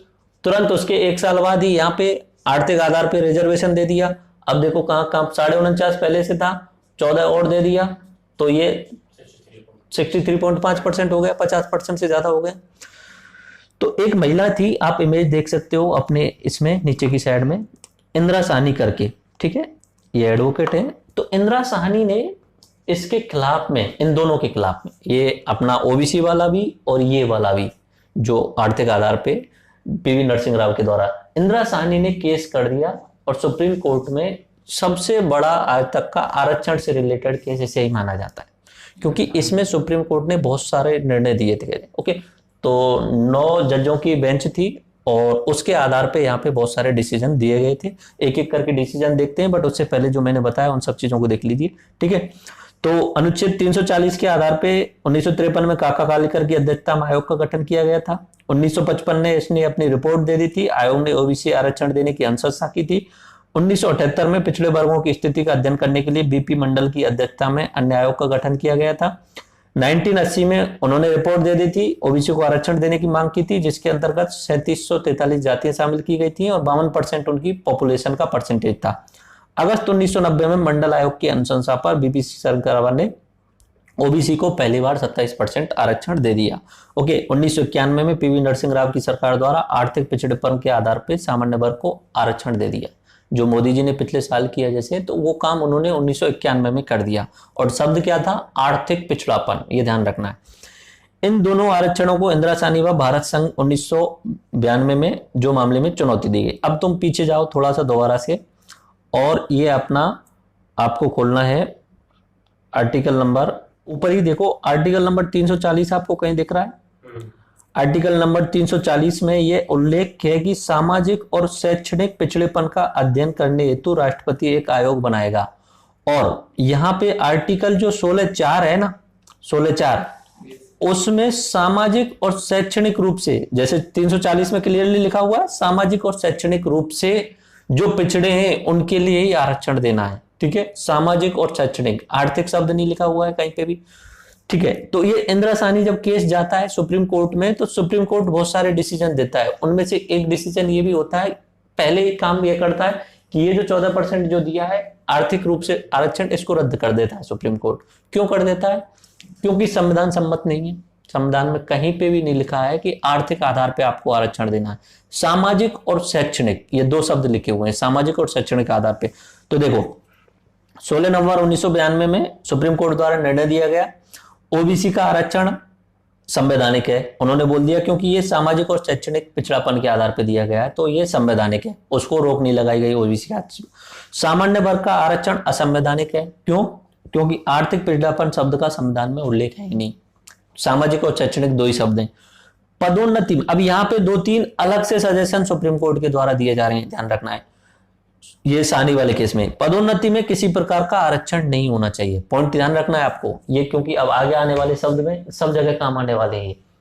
पदोन्नति में आरक्षण नहीं होना चाहिए, ऐसा उन्होंने बोल दिया साहनी वाले केस में, ठीक है। अगला, आरक्षण की अधिकतम सीमा 50% होनी चाहिए। आरक्षण अधिकतम कितना होना चाहिए? 50% होना चाहिए, इससे ऊपर नहीं होना चाहिए, ठीक है। क्रीमी लेयर को आरक्षण के दायरे से बाहर किया जाना चाहिए। अगला शब्द उन्होंने बोल दिया क्रीमी लेयर, ठीक है। इन्हें आरक्षण की उससे बाहर किया जाना चाहिए और बैकलॉग की प्रक्रिया में 50% की भर्ती रहनी चाहिए। तो ये अगला शब्द उन्होंने बोल दिया बैकलॉग, ठीक है। अब एक एक चीज को समझिए दोबारा से। पदोन्नति वाले पॉइंट पे उन्होंने बोल दिया कि संविधान में जो बात की गई है वो एंट्री लेवल की बात की गई है आरक्षण की, पदोन्नति का तो कोई है ही प्रोविजन नहीं है, ठीक है। लेकिन पदोन्नति में भी वहां पे रिजर्वेशन दिया जाता है राज्यों के अंतर्गत, ठीक है। तो यहाँ पे बोल दिया कि नहीं देना है। कब बोला है उन्होंने? 1992 में, ध्यान रखना है 1992, सबसे इंपॉर्टेंट केस है ये। उसके बाद में आरक्षण की 50% से अधिक सीमा जानी भी नहीं चाहिए। उस आरक्षण को जो पीवी नरसिंह राव द्वारा दिया गया था आर्थिक आधार पे, उसको इसलिए रद्द नहीं किया गया था, उसको उसलिए रद्द किया गया क्योंकि आर्थिक आधार तो वहां पे वर्णन है ही नहीं, तो इसलिए रद्द कर दिया गया। 50% की तो बाद में बात आएगी, पहले आर्थिक शब्द ही नहीं है इसका। पिछले में अभी मैं जैसे देख रहा था कुछ वीडियोज में, तो जो नरेंद्र मोदी सरकार के द्वारा जो लाया गया 10% बिल वाला, तो उसमें अरुण जेटली जी क्लियर बोल रहे हैं कि इंदिरा साहनी केस में बोला था सुप्रीम कोर्ट के द्वारा कि ऐसा कोई प्रोविजन नहीं है कि 50% से आप ऊपर नहीं कर सकते हो। आर्थिक आधार शब्द लिखा नहीं है वहां पे, और हम नया आर्थिक आधार शब्द लेके आए तो उसके बाद 50% से ऊपर कर सकते हो, ऐसा उन्होंने बोला था अरुण जेटली ने। समझते हैं धीरे धीरे। तो यहाँ पे 50% वाली बात कही, इससे ज्यादा आप दे नहीं सकते हो। क्रीमी लेयर का मतलब समझ में आता है? मतलब मलाईदार परत करके होता है, जो मतलब ऊपर निकल के आ चुके हैं उन्हें आरक्षण से बाहर करो, इस तरीके का होना चाहिए। तो इसमें ओबीसी के लिए जो है वो डिसीजन की बात कर दी गई कि आप ओबीसी के लिए, SC/ST को भी नहीं शामिल किया इसमें, तो ओबीसी के लिए क्रीमी लेयर के कुछ नियम बनाओ और उन्हें आरक्षण से बात करो, तो जिस पे सरकार ने काम भी किया। बैकलॉग, बैकलॉग का ये बोल दिया कि बैकलॉग आप रख सकते हो। पहले क्या होता था, बैकलॉग का मतलब क्या होता है, मान लीजिए इस साल 100 पोस्ट आई पूरे राज्य के अंतर्गत, ठीक है, उस 100 पोस्ट में से मान लीजिए 27% जो है वो, मान लीजिए 27 नहीं तो 49% कर लेते हैं पूरा, ठीक है, 49 ही कर लेते हैं, 49 जो है वो रिजर्वेशन वाली थी। अब एक्चुअली में लोग पढ़े लिखे नहीं थे, सिर्फ 10 लोग ही वो सेलेक्ट हो पाए, ठीक है, 39 खाली रह गई। अब अगली साल 100 पोस्ट आने वाली है, मे बी 100 से ज्यादा भी आ जाए। तो पहला काम आपको क्या करना है, 39 को रिजर्व करना है पहले। 49 तो इस साल की रिजर्वेशन रहने वाली है, 39 और लेके आ जाओ, तो कुल मिला के तो बहुत सारा हो गया, ये कितना हो, 88 हो गया। तो इतनी सीट तो आप 100 में से रिजर्वेशन दे दो, और बची 12 वो आप जनरल कैटेगरी छोड़ दो। ये बैकलॉग के अंतर्गत होता था। 49 और 49 ये 88 हो गया, ओके। तो ये जो है वो बैकलॉग वाली केस था। सुप्रीम कोर्ट ने बोल दिया बैकलॉग दे सकते हो, लेकिन 50% वाले का उल्लंघन नहीं होना चाहिए। अब देखो, आरक्षण जो मुद्दा है वो भावनाओं का मुद्दा है और वोट बैंक वाला सबसे बड़ा मुद्दा है, ठीक है। सुप्रीम कोर्ट ने निर्णय दे दिया, सरकार थी बीपी सिंह की, तुरंत धीरे धीरे करके उन्होंने एक एक जो डिसीजन दिया है उसको बदलना शुरू किया संसद में संशोधन करते हुए, ठीक है। अब देखिए 77वां संविधान संशोधन 1995 में, उसके तहत आर्टिकल नंबर 16(4)A जोड़ा गया। अनुच्छेद में प्रावधान किया गया SC ST को पदोन्नति में आरक्षण दिया जा सकता है। आई बात समझ, तो ये वाला खारिज करवा दिया एक तरीके से, ठीक है, क्योंकि संविधान में लिख दिया। जब संविधान में लिख सकते हो ना, तो संविधान में अगर लिख दिया गया, विशेष बहुमत से होता है संविधान संशोधन, अगर लिख दिया गया उसके बाद सुप्रीम कोर्ट कुछ नहीं कर सकता, बोल देगी सरकार ये संविधान में लिखा हुआ है। तो उन्होंने क्या किया, सबसे पहला काम 16(4)A जोड़ा, ठीक है। 16(4)A के तहत क्या बोला, पदोन्नति में आरक्षण हम दे सकते हैं SC ST के लिए, ठीक है। ये हुआ अपना आर्टिकल नंबर 16(4)A, ठीक है। 85वें संविधान संशोधन द्वारा 2002 में अनुच्छेद 4A की संकल्पना में परिणामी वरिष्ठता भी स्वीकार कर ली गई। अब परिणामी ज्येष्ठता क्या होती है, परिणामी ज्येष्ठता एक शब्द आता है, परिणामी ज्येष्ठता, ठीक है। तो परिणामी ज्येष्ठता का मतलब होता है कि SC ST का रिजर्वेशन वाले व्यक्ति, ये शब्द ध्यान रख दिलाना मुझे बाद में, तो समझा देता हूं परिणामी ज्येष्ठता को पहले। अपना पदोन्नति वाला टॉपिक क्लियर हो गया, आरक्षण में 50% वाले पाएंगे अभी। तो मान लीजिए A व्यक्ति और B व्यक्ति, ठीक है, दो दोस्त हैं, साथ में तैयारी कर रहे हैं, IAS एग्जाम की तैयारी कर रहे हैं, ठीक है।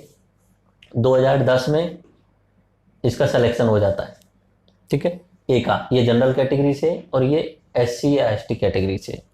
इसका 2010 में सिलेक्शन हो जाता है और इसको IPS जैसी मिल जाती है, ठीक है। इसका 2010 में नहीं होता है, इसका 2012 में सिलेक्शन हो जाता है, इसको IPS मिल जाता है। ये इससे 2 साल आगे, ये सीनियर हुआ, ठीक है। अब क्या होता है कि इसको, इसमें प्रावधान है कि 5 साल में इनका प्रमोशन हो जाता है SC ST में, इस तरीके से। तो ये 2017 में थोड़ी रेंज बढ़ जाती है, SP में जैसे हुआ था इसका, तो SP से ये DIG टाइप में बन जाता है, ठीक है, कोई भी एक प्रमोशन बढ़ जाता है उसका। अब ये 2017 में वही SP है, क्योंकि इनमें 10 साल में होने वाला है, तो ये 2017 में SP है, तो ये अभी अपना SP है, इस तरीके से। अब सीनियर कौन हो गया, ये हो गया, ठीक है। उसके बाद में क्या होता था कि 2022 में, 10 साल बाद में जब ये चेंज, या 2020 में जब ये बढ़ के DIG टाइप में पोस्ट में आएगा, और ये अभी 5 साल बाद में 2022 में कुछ चेंज होने वाला है, 2020 तक तो DIG रहेगा, ठीक है। तो 2020 में ये भी DIG है और 2020 में ये भी DIG है। तो उस समय क्या होता था, पहले 2002 से पहले क्या होता था, इसकी जो सीनियरिटी थी इधर आ जाती थी, इधर की साइड में आ जाती। पहले ये सीनियर था, फिर ये सीनियर हुआ, फिर ये सीनियर हुआ। 2002 में 85वां संविधान संशोधन करते हुए जो अपना संसद के द्वारा ये बात कही गई कि एक बार जो सीनियर हो गया वही सीनियर रहेगा आगे के लिए। यानी ये भले ही बाद में सिलेक्शन हुआ है, अगर यहाँ पे ये पहले सीनियर हो गया तो यही सीनियर रहेगा रैंक के आधार पे। सीनियरिटी 2 आधार पे होती है, या तो रैंक के आधार पे होती है या तो उम्र के आधार पे होती है, 2 ही आधार पे होती है। तो रैंक में जिसने पहले सीनियरिटी पाली वही आगे रहेगा। पहले क्या होता था, इधर से इधर गई, इधर से इधर गई, अब वो नहीं है। अगर आप SC ST से हो तो आपकी सीनियरिटी जैसे होती है, परिणामी ज्येष्ठता जो है वो अब लागू रहेगी रैंक वाली। जो आगे बात समझ में, ऐसा नहीं रहेगा कि ये इधर से इधर जाओगे। तो ये कौन सा संविधान संशोधन है, 85वां संविधान संशोधन 2002 में। पदोन्नति वाले को खारिज कर दिया, ठीक है। कौन सा संविधान संशोधन किया गया था? 77वां, ठीक है। कब किया गया था? 1995 में। इसके तहत क्या जोड़ा गया था? 16(4)(a) जोड़ा गया था, ओके। क्रीम लेयर वाला शब्द था, क्रीम लेयर समझ में तो आया? क्रीम लेयर क्या होता है? उसकी पहचान के लिए कौन सी समिति बनाई गई? रामानंदन समिति बनाई गई, ठीक है, क्रीम लेयर की पहचान के लिए। तो रामानंदन समिति जो थी, उन्होंने क्रीम लेयर के लिए 1993 में अपनी जो अनुशंसाएं रखी, उसके तहत उन्होंने बोला कि क्रीम लेयर को आप दो आधार पे कर सकते हो, या तो वार्षिक आय के आधार पे, ठीक है, और या आप कर सकते हो पद के आधार पे, या तो वार्षिक आय के आधार पे कर सकते हो या पद के आधार पे कर सकते हो, ओके। तो वार्षिक आय में 1993 में उन्होंने बोला था कि 1 लाख हो सकती है पर ईयर की इनकम, और आज के समय पे 2017 में 8 लाख रुपए का प्रावधान कर दिया गया है, ठीक है। ये नॉर्मली क्रीम लेयर की जो पोजीशन थी वो ओबीसी के लिए की गई थी। और यह पद के आधार पे अगर आप फर्स्ट ग्रेड ऑफिसर हो तो आप जो है वो क्रीम लेयर में आओगे। आप सेकंड ग्रेड ऑफिसर हो, सेकंड ग्रेड के टीचर हो, या सेकंड ग्रेड की किसी भी भर्ती में सेलेक्ट हुए हो तो आप क्रीम लेयर में नहीं आओगे। ये चीज आपको ध्यान रखनी है। अगला 2 चीजें, वार्षिक आधार पे और पद के आधार पे। यहां पे एक चीज और बोली है कि ये निजी बिजनेस के आधार पे ही 8 लाख की बात कही गई है। अगर मान लीजिए कि आपके पिताजी सेकंड ग्रेड टीचर से ही शुरू से हैं, ठीक है, और उनकी जो इनकम है वो ज्यादा है, मान लीजिए इनकम ज्यादा है उनकी, या मान लीजिए कोई पियोन भी है, कोई पियोन है 4th क्लास है। अब जैसे बुजुर्ग है वो 70 साल का, मतलब 60 साल का होने को हो, तो उसकी तनख्वाह ऐसी होती है 80 हजार के आसपास में, 90 हजार के आसपास में। तो हो सकता है वो 8 लाख की कैटेगरी को पार करने वाला हो, 8 लाख की कैटेगरी को पार कर जाएगा। लेकिन अगर आप सरकारी हो तो आप फर्स्ट ग्रेड होगे तभी आप माने जाओगे। आप सरकारी में आप भले ही 10 लाख कमा रहे हो या 15 लाख कमा रहे हो, आपको क्रीम लेयर में नहीं रखा जाएगा, आप ओबीसी कैटेगरी का फायदा उठा सकते हो। आगे बात समझ में। और वार्षिक आय सिर्फ और सिर्फ बिजनेस के आधार पे ही निकाली जाएगी। आगे बात में, कोई बिजनेस कर रहे हो तो। और एक चीज और ध्यान रखना, आप खुद पर्सनली आप फर्स्ट ग्रेड टीचर लग जाते हो, ठीक है, और आप चाह रहे हो कि मैं ओबीसी का रिजर्वेशन का फायदा उठाना चाह रहा हूं, और आप ओबीसी कैटेगरी से हो, तो आप फायदा उठा सकते हो। क्योंकि यहाँ पे जो पद देखा जाएगा ना, वो आपके पिताजी का देखा जाएगा, आपका नहीं देखा जाएगा। इनकम तो देखी जाएगी वो पिताजी की देखी जाएगी। आगे बात समझ में। तो क्रीम लेयर वाली बात समझ में आ गई। कौन सी समिति है? रामानंदन समिति, ओके। 1993 में उन्होंने बात कही थी, आज के समय पे 8 लाख वाली बात जो है, ओके। अब देखिए, क्रीम लेयर वाली बात को समाप्त कर दिया उन्होंने, उधर पदोन्नति को खत्म कर दिया, क्रीम लेयर वाला भी सॉल्यूशन निकाल दिया। फिर उसके बाद में एक और पॉइंट मैंने क्या बोला था, अधिकतम सीमा। हाँ, अधिकतम सीमा जो है वो 50% की रहेगी, ये ऐसा उन्होंने बोला था, ठीक है। तो ये बात जो बोली थी, जब उन्होंने अधिकतम सीमा 50% की रहेगी, तब सुप्रीम कोर्ट ने खुद ने ही दिशा निर्देश दिए थे। उन्होंने खुद ने ही कहा था इस बात से बोलते समय कि आप विशेष परिस्थितियों में विशेष प्रावधान कर सकते हो, विशेष परिस्थितियों में विशेष प्रावधान कर सकते हो। ऐसा नहीं है कि फिक्स 50% के अंदर ही रखना है। उन्होंने बोला इसका पालन करने की कोशिश करनी है। अगर कुछ ज्यादा विशेष परिस्थिति है और आपके पास में आंकड़े हैं कि इन लोगों का पर्याप्त प्रतिनिधित्व नहीं हो पा रहा, इन लोगों का पर्याप्त प्रतिनिधित्व नहीं है, तो आप इनको रिजर्वेशन दे सकते हो और 50% की कैटेगरी को बाहर रख सकते हो। देखो, इसमें ये होता है, एक तरीका ये भी है कि आप नौवीं अनुसूची में डलवा दो उस चीज को, ठीक है, जैसे कि तमिलनाडु ने किया था, ठीक है, तमिलनाडु ने किया और वहां पे 69% रिजर्वेशन है, आई थिंक, ठीक है, तमिलनाडु के अंतर्गत 69% रिजर्वेशन है। तो उन्होंने नौवीं अनुसूची में डाल करके किया था, उसमें सुप्रीम कोर्ट दखल नहीं दे सकता, वो तो बात गई। लेकिन सुप्रीम कोर्ट ने जो बात बोली थी कि आप विशेष परिस्थितियों में विशेष प्रावधान भी कर सकते हो, उसके रिगार्डिंग एक नया केस अगर आप देखें तो मराठा आरक्षण वाला केस आता है, ठीक है। मराठाओं के लिए अभी 14 या 15% रिजर्वेशन दिया गया है, ठीक है, और उनका जो रिजर्वेशन है वो पार करते हुए जो हो गया अभी 63% हो गया, ठीक है। 49 49.5 था, तो उससे आगे निकल के 63% हो गया। उसके खिलाफ बॉम्बे हाई कोर्ट में लोग गए, बॉम्बे हाई कोर्ट ने बोला कि आप आरक्षण दे सकते हो, क्योंकि उन्होंने जो सरकार की राजनीतिक इच्छा शक्ति होती है ना, राजनीतिक इच्छा शक्ति बहुत इंपॉर्टेंट होती है। सरकार ने पहले एक कमीशन बनाया था, गायकवाड़ कमीशन करके, ठीक है।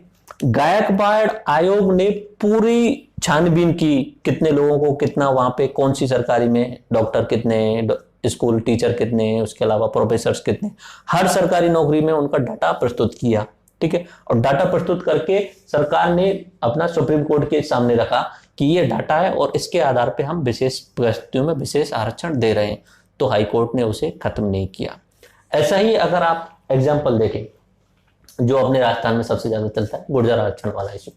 ठीक है, शुरुआत में गुर्जर आरक्षण के लिए जो बात चली गई थी, तो एसटी में शामिल होने की बात की गई थी नॉर्मली, कि हमें एसटी में शामिल कर लिया जाए। तो एसटी में कैसे शामिल किया जाता है वो मैं बताऊंगा आगे, देवर आयोग ने जो अनुशंसा की थी उसके आधार पर। बट शुरुआत में जो संविधान में लिखा हुआ है वो ये लिखा हुआ है कि एसटी में शामिल करने के लिए संसद ही शामिल कर सकती है, राज्य सरकार शामिल नहीं कर सकती, ये बात थी। अगर राज्य सरकार चाहती, अगर राज्य सरकार की इच्छा शक्ति होती यहाँ पे, तो वो राज्यपाल के थ्रू बोलती, राज्यपाल राष्ट्रपति को बोलता, राष्ट्रपति पीएम के थ्रू संसद में उसे पारित करवा सकता था, चाहता तो, राजनीतिक इच्छा शक्ति होती। तो वो एसटी वाला तो चला नहीं 2008 में, उस टाइम में। फिर और कुछ विशेष प्रावधान करने की कोशिश की, नौवीं अनुसूची में डाल दो, नौवीं अनुसूची में नहीं डाला। सरकार ने क्या किया, 1% आरक्षण दे दिया और एक अलग से कैटेगरी बना दी, एसबीसी, स्पेशल बैकवर्ड कास्ट करके। ठीक है, दो ऑप्शन तो वो ये, एक तो राज्यपाल से बोल के एसटी में जा सकते थे, एक दूसरा ऑप्शन ये हो सकता था नौवीं अनुसूची में डाल दो, दूसरा ऑप्शन ये हो सकता था, चलो ये दोनों नहीं किए। तीसरा ऑप्शन अगर चाहती सरकार, तो जो मराठाओं के साथ जो हुआ महाराष्ट्र में, मराठा आरक्षण में हुआ, वही ऑप्शन अगर कर सकती थी, आयोग गठित कर दी, और आयोग गठित भी किया था, लेकिन पता नहीं क्या अनुशंसा रही उनकी, जो इतना पैरवी उन्होंने कमजोर की। तो आयोग गठित करके पूरा डाटा निकाल के देती, इतना रिजर्वेशन, इनका इतना परसेंटेज इस समय कंडीशन में है और आप इनको आरक्षण देना चाहिए। अगर सरकार अच्छी तरीके से पैरवी करती तो हाईकोर्ट उसे नहीं हटाता। ठीक है, आज के समय पे 1% आरक्षण है, जो अपना 50% हो जाता है उससे। राजस्थान में 49% है ना राजस्थान के लिए, 1% और बढ़ा दिया, 4% के लिए उन्होंने बोल दिया कि आगे आने वाले टाइम पे बैकलॉग करवा के ऐसे कर देंगे। बाकी राजनीतिक इच्छा शक्ति होती, जो मराठाओं के साथ हुआ उस तरीके से यहाँ पे अपने राजस्थान में कर सकते थे। ओके, उसके अलावा भी आप बात करें स्पेशल जो आरक्षण के लिए आंदोलन हुए, उनमें से 2-4 नाम बताऊं। एक तो मराठा आंदोलन जो सबसे ज्यादा सुनते हैं, एक पाटीदार आंदोलन, जाट आंदोलन, एंड एक गुर्जर आंदोलन, जो सबसे मतलब अहिंसक हो चुके हैं उनमें आधार पे।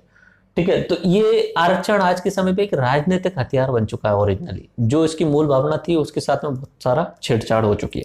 ठीक है, अगला नोट्स में देखिए। नमस्कार, welcome to the new India. New India नव भारत निर्माण में आपका स्वागत है। अगर आप यूपीएससी या अन्य स्टेट पीएससी की तैयारी कर रहे हैं, तो हमारे द्वारा जो बेस्ट मटेरियल आपके लिए प्रोवाइड किया जा रहा है, आप उसे यूज करते हुए न केवल अपनी परीक्षाओं में सफलता हासिल कर सकते हैं, बल्कि हमारे द्वारा जो लाइफ लेसन्स दिए जाते हैं उनसे आप जीवन में भी सफलता हासिल करेंगे। अभी हम UPSC and other state PSC के जो भी एग्ज़ाम होते हैं उनके दृष्टिकोण संपूर्ण कोर्स कवर कर रहे हैं। हमारा एंड्रॉयड एप्लीकेशन न्यू इंडिया नव भारत निर्माण, जिसके द्वारा आपको एक स्ट्रेटजिक तरीके से, रणनीतिक तरीके से, अरेंजमेंट में, सिस्टमेटिक वे में संपूर्ण तैयारी कराई जाती है। हमारे लेसन्स आपको रटाने पर फोकस नहीं करते हैं, आपको समझाने और लाइफ लेसन्स पे फोकस करते हैं। आइए जुड़िए हमारे साथ में, हमारा एंड्रॉयड एप्लीकेशन डाउनलोड कीजिए। एंड्रॉयड एप्लीकेशन का नाम है न्यू इंडिया नव भारत निर्माण। हमारे साथ में जुड़ करके न्यू इंडिया बनाने में अपना योगदान दीजिए और इंडिया को वर्ल्ड पावर बनाने में अपना योगदान दीजिए। We are on that mission, so join us on the mission to making India world power again. Download our android application. उसके साथ में आप free videos, free PDFs, free quiz and free test दे सकते हैं। आपको एंड्रॉयड एप्लीकेशन न्यू इंडिया नव Bharat download करना है। अगर आप iOS यूज करते हैं तो माई इंस्टीट्यूट्स नाम से वहाँ पे ऐप स्टोर में एप्लीकेशन मिलेगा, जिसमें ORG कोड आपको TECH लगाना है। प्रीवियसली हमारे चैनल का नाम टेक्निकल आवारा था, राइट नाउ हमने नाम चेंज करके न्यू इंडिया नव भारत निर्माण कर दिया है। तो आप अगर वेबसाइट पे भी हमारे लेक्चर्स देखना चाहते हैं और लैपटॉप पे, डेस्कटॉप पे अगर हमारे लेक्चर्स देखना चाहते हैं, तो www.technicalavara.com पर अपने मोबाइल नंबर से लॉगिन करके वहाँ पे free videos, free PDFs, free quiz का फ़ायदा उठा सकते हैं। साथ साथ में डेली करंट अफेयर्स की पीडीएफ भी हमारे द्वारा प्रोवाइड की जाती है, तो आप वहाँ उन्हें यूज कर सकते हैं। राम राम साहब। देखिए, 76वें संविधान संशोधन द्वारा 1995 में तमिलनाडु के लिए 49% आरक्षण दिया गया और 9वीं अनुसूची में शामिल कर लिया गया। ठीक है, नेक्स्ट पेज पे आप देख लीजिए। ओके, उसके अलावा 81वें संविधान संशोधन द्वारा 2001 में आर्टिकल नंबर 16(4) भी जोड़ा गया और बैकलॉग भर्तियों में 50% आरक्षण की सीमा को हटा दिया गया। ठीक है, अब जो बात वो इंदिरा साहनी में बोली थी, एक बैकलॉग वाली और बात रह गई थी कि बैकलॉग में आप 50% से आप अधिक नहीं दे सकते, तो उन्होंने 16(4) भी जोड़ दिया। ठीक है, 16(4) एक इसके लिए जोड़ा था, 16(4) जोड़ा था वो अपना पदोन्नति वाले आरक्षण के लिए। ठीक है, तो 16(4) ये जोड़ा गया था पदोन्नति वाले के लिए और 16(4) भी जोड़ा गया था अपना, ये कौन सा संविधान संशोधन है, 81वां 81th अमेंडमेंट। और इसके तहत क्या जोड़ा गया कि आप बैकलॉग में भी 50% से ऊपर जा सकते हो, में भी 100% जा सकते हो, 100% तक की भी रोक नहीं है। बहुत सारी जगह होता है ऐसा, काफी बार ऐसा होता है कि पिछली बार नहीं भर पाए, तो अगर 100% है, 100% ही सिर्फ और सिर्फ रिजर्वेशन के अंतर्गत चला जाता है। आगे बात समझ में। अब देख लीजिए बहुत सारे मुद्दे जो आरक्षण संबंधी रहे उनके बारे में बात कर लीजिए। देखो, अनुच्छेद 335 में यह उल्लेखित है कि लोक सेवाओं में आरक्षण का प्रावधान करते समय, लोक सेवा यानी जो पब्लिक एम्प्लॉयमेंट है, प्रशासनिक कुशलता को ध्यान में रखा जाएगा, ऐसा शब्द है। ठीक है, इसी के आधार पे सुप्रीम कोर्ट ने एक डिसीजन दिया था और उसमें उन्होंने बोला था, एम नागराज वाला जो केस आता है 2006 में, तो उन्होंने बोला था कि अब राज्य सरकार आरक्षण तब देंगे जब पहले आंकड़े प्रस्तुत करो, ऐसा बोला उन्होंने। क्योंकि यहां पे क्या लिखा है शब्द, प्रशासनिक कुशलता को ध्यान में रखते हुए। ठीक है, 82वें संविधान संशोधन द्वारा 2000 में इसके अंतर्गत यह प्रावधान किया गया कि SC/ST के लिए हम छूट दे देते हैं। ठीक है, प्रशासनिक कुशलता वाली चीजों पे भी। आगे बात समझ में, मिनिमम कुछ ऐसा नहीं रहेगा, तो प्रशासनिक कुशलता वाला जो है वो भी एक तरीके से कैंसिल हो गया। एम नागराजन एंड भारत संघ का 2006 में एक केस होता है जिसमें ये जो पिछले संविधान संशोधन हुए हैं 77वां, 81वां, 82वां और 85वां, आई समझ में। 77वां किससे रिलेटेड था, एक बार देख के बताइए। 77वां देखिए, पदोन्नति में आरक्षण, इसके तहत 16(4)(a) जोड़ा गया था। 81वां क्या है, 81वां देखिए, ये रहा अपना 16(4) भी जिसमें जोड़ा गया है, बैकलॉग में जो है वो 50% से अधिक आप दे सकते हो। ओके, और 82वां क्या है, 82वां जो है वो अपना ये जो SC/ST के लिए जो क्वालिफिकेशन है वो कम कर दिया गया, 18 अंक जो है वो SC/ST के लिए छूट दे दी गई है। ओके, तो इनको जो है वो एम नागराजन वाले केस में सुप्रीम कोर्ट में चुनौती दी गई, चुनौती खारिज कर दी गई और आरक्षण के निम्न आधार न्यायालय ने बताए। ठीक है, उन्होंने ये सब बोला था कि आप ये नहीं कर सकते पदोन्नति वाला ये संविधान संशोधन, लेकिन पहली बात तो अगर उन्होंने लिख दिया है कोई भी चीज संसद संविधान के अंतर्गत है, तो सुप्रीम कोर्ट को सिर्फ संविधान को इंटरप्रेट करने का ही अधिकार है, उसके अलावा सुप्रीम कोर्ट लंबा चौड़ा ज्ञान नहीं फैल सकता। मूल ढांचे के साथ में अगर छेड़खानी हो रही है तो वो देख सकता है। अब मूल ढांचे के साथ में छेड़खानी इसलिए नहीं हो रही है क्योंकि विधियों का समान संरक्षण वाली बात कर दी गई है वहां पे, इक्वल प्रोटेक्शन ऑफ लॉ, और कहीं ना कहीं वहां पे किंतु परंतु लगे हुए हैं वहां पे। तो उन्होंने बोला था कि संविधान में ये जो आरक्षण दिया जा रहा है ये संविधान के खिलाफ नहीं है। एम नागराजन केस में बोला गया था ये संविधान के खिलाफ नहीं है, बट यहाँ पे आपको ध्यान रखना है पिछड़ापन सामाजिक और शैक्षणिक आधार पर रहना चाहिए। अपर्याप्त प्रतिनिधित्व वाला जो है वो डाटा राज्यों को प्रस्तुत करना होगा आरक्षण देने से पहले, ये बात बोली गई ना एम नागराजन में। और प्रशासनिक दक्षता का भी ध्यान रखना पड़ेगा। ये जो इमेज देख रहे हैं आप, ये एम नागराजन है। ठीक है, ये शायद IAS अधिकारी है। एम नागराजन जो विवाद बात था उसमें दिए गए निर्णय के प्रभाव को समाप्त करने के लिए 117वां संविधान संशोधन किया गया, राज्यसभा में लाया गया 2013 में, और अनुच्छेद 16(4) में उल्लेखित है अपर्याप्त प्रतिनिधित्व शब्द वो जो हटा दिया गया, लेकिन ये पारित नहीं हुआ। एक्चुअली में कोशिश की गई थी राज्यसभा में ला करके 2013 में अपर्याप्त प्रतिनिधित्व वाले को राज्यसभा में लाया गया था, जो पारित नहीं हुआ, मतलब राज्यसभा से लोकसभा में नहीं गया। राज्यसभा में अगर कोई भी बिल आ जाता है तो वो मतलब खत्म नहीं होता है, वो कभी भी वो पड़ा रहता है, क्योंकि लोकसभा तो भंग हो जाती है, भंग होने के बाद में समाप्त हो जाता है, राज्यसभा वाला पड़ा रहता है। तो सरकार जब चाहे कि अपर्याप्त प्रतिनिधित्व शब्द को भी हटाना है तो वो हटा सकती है सरकार इसको, लेकिन कोशिश की गई थी, कोशिश 117 में संविधान संशोधन द्वारा की गई थी।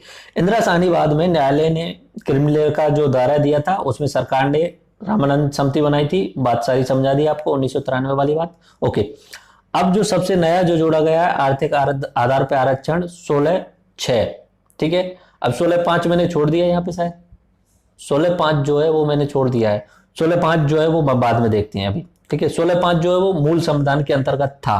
एक्चुअली में मूल संविधान में 16/5 था और उसके तहत ये लिखा हुआ था, 16/5 के तहत ये लिखा हुआ था कि यह उल्लेख है कुछ मामलों में जहां विशेष जाति धर्म के लोग कार्य करते हैं वहां आरक्षण संबंधी प्रावधान किए जा सकते हैं। ये मूल संविधान के अंतर्गत 16/4 भी मूल संविधान में है, 16/5 भी मूल संविधान में है, 16/6 मूल संविधान में नहीं है, ठीक है। आई बात समझ में? नहीं आई समझ में? एक चीज ध्यान रखना है, 15 की जब मैंने बात की ना, 15/1, 15/2, 15/3 ये मूल संविधान में थे। 15/4, 15/5 और 15/6 ये जोड़े गए थे अलग अलग टाइम पे। ओके, इधर जब 16 की बात आती है लोक नियोजन वाली, 16/1, 16/2, 16/3, 16/4, 16/5 ये मूल संविधान में। 16/5 क्या कह रहा है कि कहीं धार्मिक मामलों से रिलेटेड कोई मामला हो या कोई विशेष परिस्थितियों में जाति आधार पे आप आरक्षण दे सकते हो। मतलब ये मंदिरों वाला जो केस होता है इस तरीके से, मंदिर मस्जिदों में अगर कोई मौलवी होगा तो मुसलमान होगा, उसमें आप समानता नहीं कर सकते कि एम्प्लॉयमेंट समानता, भाई कि आप किसी हिंदू को वहां पे मौलवी बना दो, इस टाइप का नहीं कर सकते। मंदिरों में कोई पुजारी रहेगा तो ब्राह्मण वाला जो उस तरीके से रहेगा, तो वहां पे विशेष प्रावधान किए जा सकते हैं कुछ विशेष जातियों या धर्मों के आधार पे, ठीक है। लेकिन वो पब्लिक नियोजन नहीं है एक तरीके से। ओके, 16/5 ये जो है वो संविधान में, 16/6 ये जोड़ा गया है अपना पिछली साल ही 2019 में ही, आर्थिक आधार पे पब्लिक नियोजन में आरक्षण 10% वाली बात, ठीक है। अब ये जो आरक्षण दिया जा रहा है ये किस तरीके से दिया जा रहा है, ये इंपॉर्टेंट बात है, क्योंकि वो जो अभी मैंने बताया पीवी नरसिंह राव वाली बात, वहां पे उसे कैंसिल कर दिया गया और यहाँ पे दिया गया। ये तो ध्यान आ गया, 16/4 में 16/4 और 16/4 भी जोड़े गए थे। ओके, तो इसके लिए 103वां संविधान संशोधन किया गया था पहले जनवरी 2019 में, और उसके तहत अनुच्छेद 16/6 के अंतर्गत आर्थिक शब्द जोड़ा गया था, ठीक है। आर्थिक आधार, ठीक है।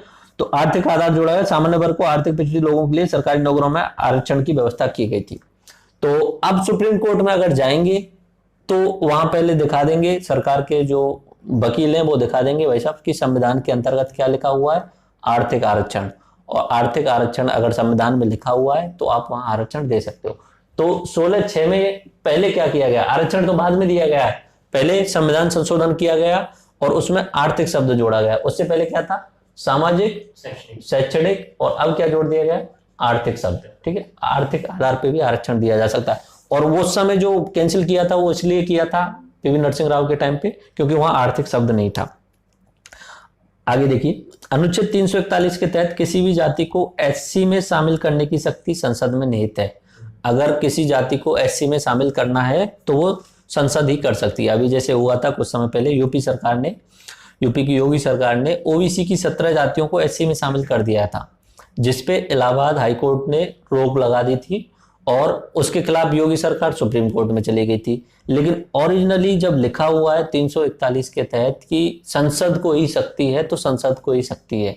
तो अब इसमें दो केस चल रहे हैं, एक साइड में योगी सरकार है, एक सरकार में मोदी सरकार है, क्योंकि इधर मोदी सरकार की बात आएगी और उधर योगी सरकार वाली। तो इसमें ओरिजिनली तो वही होगा जो संविधान के अनुसार है।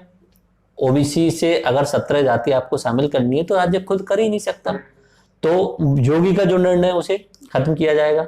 दूसरा ये होगा कि योगी जी बोलेंगे राज्यपाल के थ्रू राष्ट्रपति को, राष्ट्रपति जो पीएम के थ्रू, घर घर की बात है, आपस में कैसे भी सुलटा लो, ठीक है।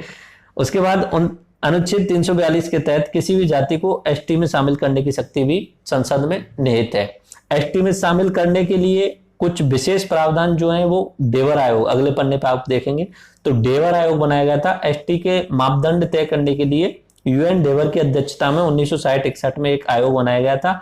तो उन्होंने कुछ मापदंड बनाए कि या तो जंगल में निवास करने वाले लोग होने चाहिए, विशेष संस्कृति होनी चाहिए, प्रकृति पर निर्भरता होनी चाहिए और संकोची स्वभाव होना चाहिए। अगर इस टाइप के जो लोग हैं वो जो है वो एसटी में शामिल हो सकते हैं। तो अपना जैसे गुर्जर आरक्षण की बात बोली थी, तो उनमें ये बात बोलने के लिए आया था। तो गुर्जरों ने बोला कि भाई जंगल में निवास करते हैं, नॉर्मली गाँव में या पहाड़ों के सहारे रहते हैं, ठीक है। और ये मतलब हर तरीके से आप आरक्षण की मतलब देखेंगे ओरिजिनलिटी में, तो जैसे कि बहुत सारी जगह इसका मिसयूज भी है। जैसे अब आरक्षण ले लेके लोग मतलब अच्छी जगहों पे रहते हैं, लेकिन अभी भी वो SC ST की कैटेगरी में ही आते हैं, ठीक है। प्रकृति पर निर्भरता, बात सही है। नॉर्मली जो है वो पब्लिक एम्प्लॉयमेंट में कम है गुर्जर समाज के लोग, तो प्रकृति पे निर्भरता है, दूध वगैरह भैंस का पालन करना, ये सब उनका होता है। विशेष संस्कृति भी है, अलग ही प्रकार की संस्कृति है उनका, नाच गाना और उस टाइप में एक अलग कल्चर होती है। संकोची स्वभाव वाली बात है, संकोची उस टाइप में है नहीं, पर कोई दिक्कत नहीं है, इसमें क्या मापदंड होता है संकोची स्वभाव का, ये तो चल जाता है। तो इस तरीके की उन्होंने जो है वो UN एंडेवर वाले जो है अनुशंसा है, ओके। तो इसमें किसी व्यक्ति की भावनाओं को भड़काना मेरा कोई उद्देश्य नहीं है, बट ये बेसिक चीजें जो है वो ST में शामिल होने के लिए यहाँ बोली गई है, ठीक है। तो आरक्षण के 3 प्रकार हैं, मैंने पहले बता दिया आपको, ठीक है। शिक्षण संस्थाओं में आरक्षण आर्टिकल 15(4), आर्टिकल 15(5) और आर्टिकल 15(6), तीनों ही संशोधनों के द्वारा जोड़े गए हैं, मूल संविधान में थे नहीं। सरकारी नौकरियों में आरक्षण 16(4) में, 16(4) और 16(4) भी बाद में जोड़े गए हैं, जिसमें पदोन्नति में आरक्षण और क्रीमी लेयर वाला जो और उसके बैकलॉग वाला जो था वो शामिल किया गया था। और 16(6) इन द सेंस आर्थिक आरक्षण वाला जो बाद में जोड़ा गया है। राजनीतिक आरक्षण की जो बात की गई है आर्टिकल 330 में, आर्टिकल 331 में, 332 में और 333 में की गई है। 330 में क्या कहा गया है, लोकसभा में ST ST के लिए आरक्षण होगा, ओके। 331 में क्या कहा गया है, एंग्लो इंडियनों को वहां आरक्षण दिया सकता है। 332 में क्या कहा गया है, राज्य विधानसभा में SC ST के लिए आरक्षण, और 333 में राज्य विधानसभा में एंग्लो इंडियन का आरक्षण ये दिया जा सकता है। तो वो जो 10 साल वाला जो प्रावधान था वो आर्टिकल नंबर 334 के तहत था। अगले पन्ने पर देखें, मूल संविधान के अनुच्छेद 334 में यह उल्लेखित है, राजनीतिक आरक्षण लागू होने के 10 वर्षों तक प्रभावी रहेगा, ओके। और 104वां संविधान संशोधन जो बिल्कुल न्यूएस्ट संविधान संशोधन है, 25 जनवरी 2020 द्वारा अब जो 334 था उसके अंतर्गत अब 70 से बढ़ाकर 80 वर्ष की अवधि कर दी गई है। शुरुआत में 10 वर्ष लिखा था, फिर 20 वर्ष कर दिया गया। ये संशोधन होता है हर 10 साल में होता है, ठीक है। तो ये 104वां संविधान संशोधन अभी किया गया था 2-3 महीने पहले। आगे बात समझ में, एक चीज और ध्यान रख सकते हैं आप, 73वें और 74वें संविधान संशोधन आपने पढ़े होंगे 1992-93 के आसपास वाले, जो अपने नगर पालिकाओं और पंचायत राज वाले जो थे उनमें भी SC ST के लिए आरक्षण का प्रावधान किया गया था राजनीतिक रूप से। आगे बात समझ में, तो 73वें और 74वें संविधान संशोधन द्वारा 16(5) में यह उल्लेखित है, कुछ मामलों में विशेष जाति धर्म का आरक्षण संबंधी प्रावधान लागू नहीं होते, किसी धार्मिक संस्था द्वारा अपने संस्थान की नियुक्ति में अपने धर्म के लोगों को प्राथमिकता दी जा सकती है। तो ये अपना 16(5) हुआ। अब 16 अपना आरक्षण वाला जो ये टॉपिक कंप्लीट हुआ नॉर्मली। अब आरक्षण के रिलेटेड आलोचना, उसके समर्थन में और हमारा मत क्या होना चाहिए उससे रिलेटेड बात करते हैं, बट एक बार पूरी चीजें रिवाइज कर लेते हैं, ओके। रिवाइज करते हैं 16(1) से। 16(1) में क्या कहा गया है, 16(1) में कहा गया है कि सभी राज्यों को सभी नागरिकों को राज्य के अधीन नियुक्ति एवं रोजगार में अवसर की समता होगी, ओके। 16(1) में नॉर्मली बोल दिया, जो हम बोलते हैं ना आर्टिकल नंबर 16 क्या है, ये अवसर की समता, तो वो 16(1) में बोला गया। 16(2) में क्या कहा गया, 7 चीजें शामिल की गई, जाति, धर्म, मूलवंश, लिंग, जन्मस्थान, उद्भव और निवास। इसमें 2 चीज एक्स्ट्रा जोड़े गए, उद्भव और निवास जोड़े गए। और 15 वाले में जो थी वो 5 थी, वो ध्यान रखना है, ऐसे पूछा जा सकता है कुछ भी, क्योंकि अब एक तो प्रस्तावना में जैसे पूछा जाता है ऐसे ही यहाँ पे भी पूछा जाने लग गया। तो 7 चीजों का ध्यान रखना है उसमें, इनके आधार पे भेदभाव नहीं किया जाएगा। 16(2) में ये बात बोल दी।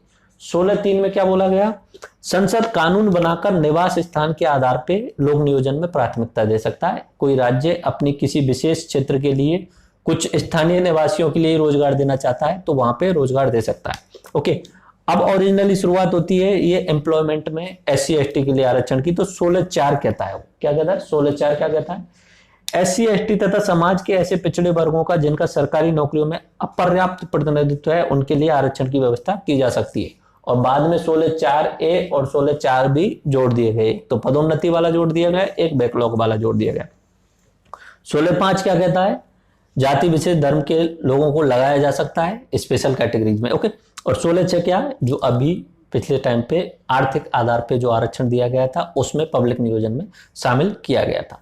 आगे बात समझ में? 16(1) से लेके 16(6) तक सारी चीज ध्यान आ गए? एक बार ध्यान दिला दो। 16(1) में अफसर की क्षमता, 16(2) में 7 प्रकार के जो हैं उनके आधार पे कोई विभेद नहीं, 16(3) में निवास के आधार पे आप वहां पे विशेष प्रावधान कर सकते हो, 16(4) में जो आरक्षण का मूल्य है वो यहां से निकल के आ रहा है 16(4) में। ओके, SC/ST एवं अन्य पिछड़ा वर्ग, ठीक है। और अन्य पिछड़ा वर्ग के लिए काका केलकर बनाए गए, उनकी बात नहीं मानी गई, फिर VP मंडल आए, फिर उनकी अनुशंसाओं को लागू कर दिया गया। फिर उसके बाद में 10% आरक्षण, उस समय वो 14% दिया गया PV नरसिंह राव को। फिर केस होता है सबसे इंपॉर्टेंट इंदिरा साहनी।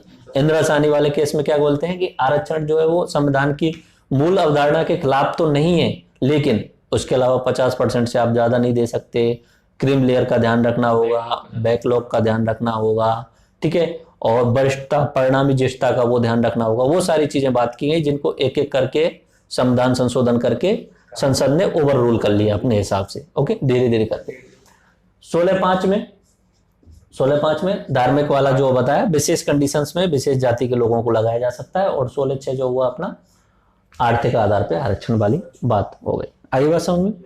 अब सबसे इंपॉर्टेंट मेंस के हिसाब से सवाल बनता है कि आरक्षण के आलोचना और समर्थन में अपने मत दीजिए और आरक्षण पे अपना मत भी दीजिए। अच्छा, 3 सवाल हुआ तो ये आलोचना में आपको पॉइंट देने हैं, तर्क देने हैं आलोचना में, और पक्ष में भी आपको तर्क देने हैं। अगर पूछ लिया आरक्षण की आलोचना में कुछ बिंदु लिखिए, तो उसमें आप क्या सोचते हो मैटर नहीं है, कुछ स्पेशल बिंदु लिखने हैं। आपका मत बाद में, लास्ट में अपना मत भी लिखना है अगर पूछना है तो लास्ट में।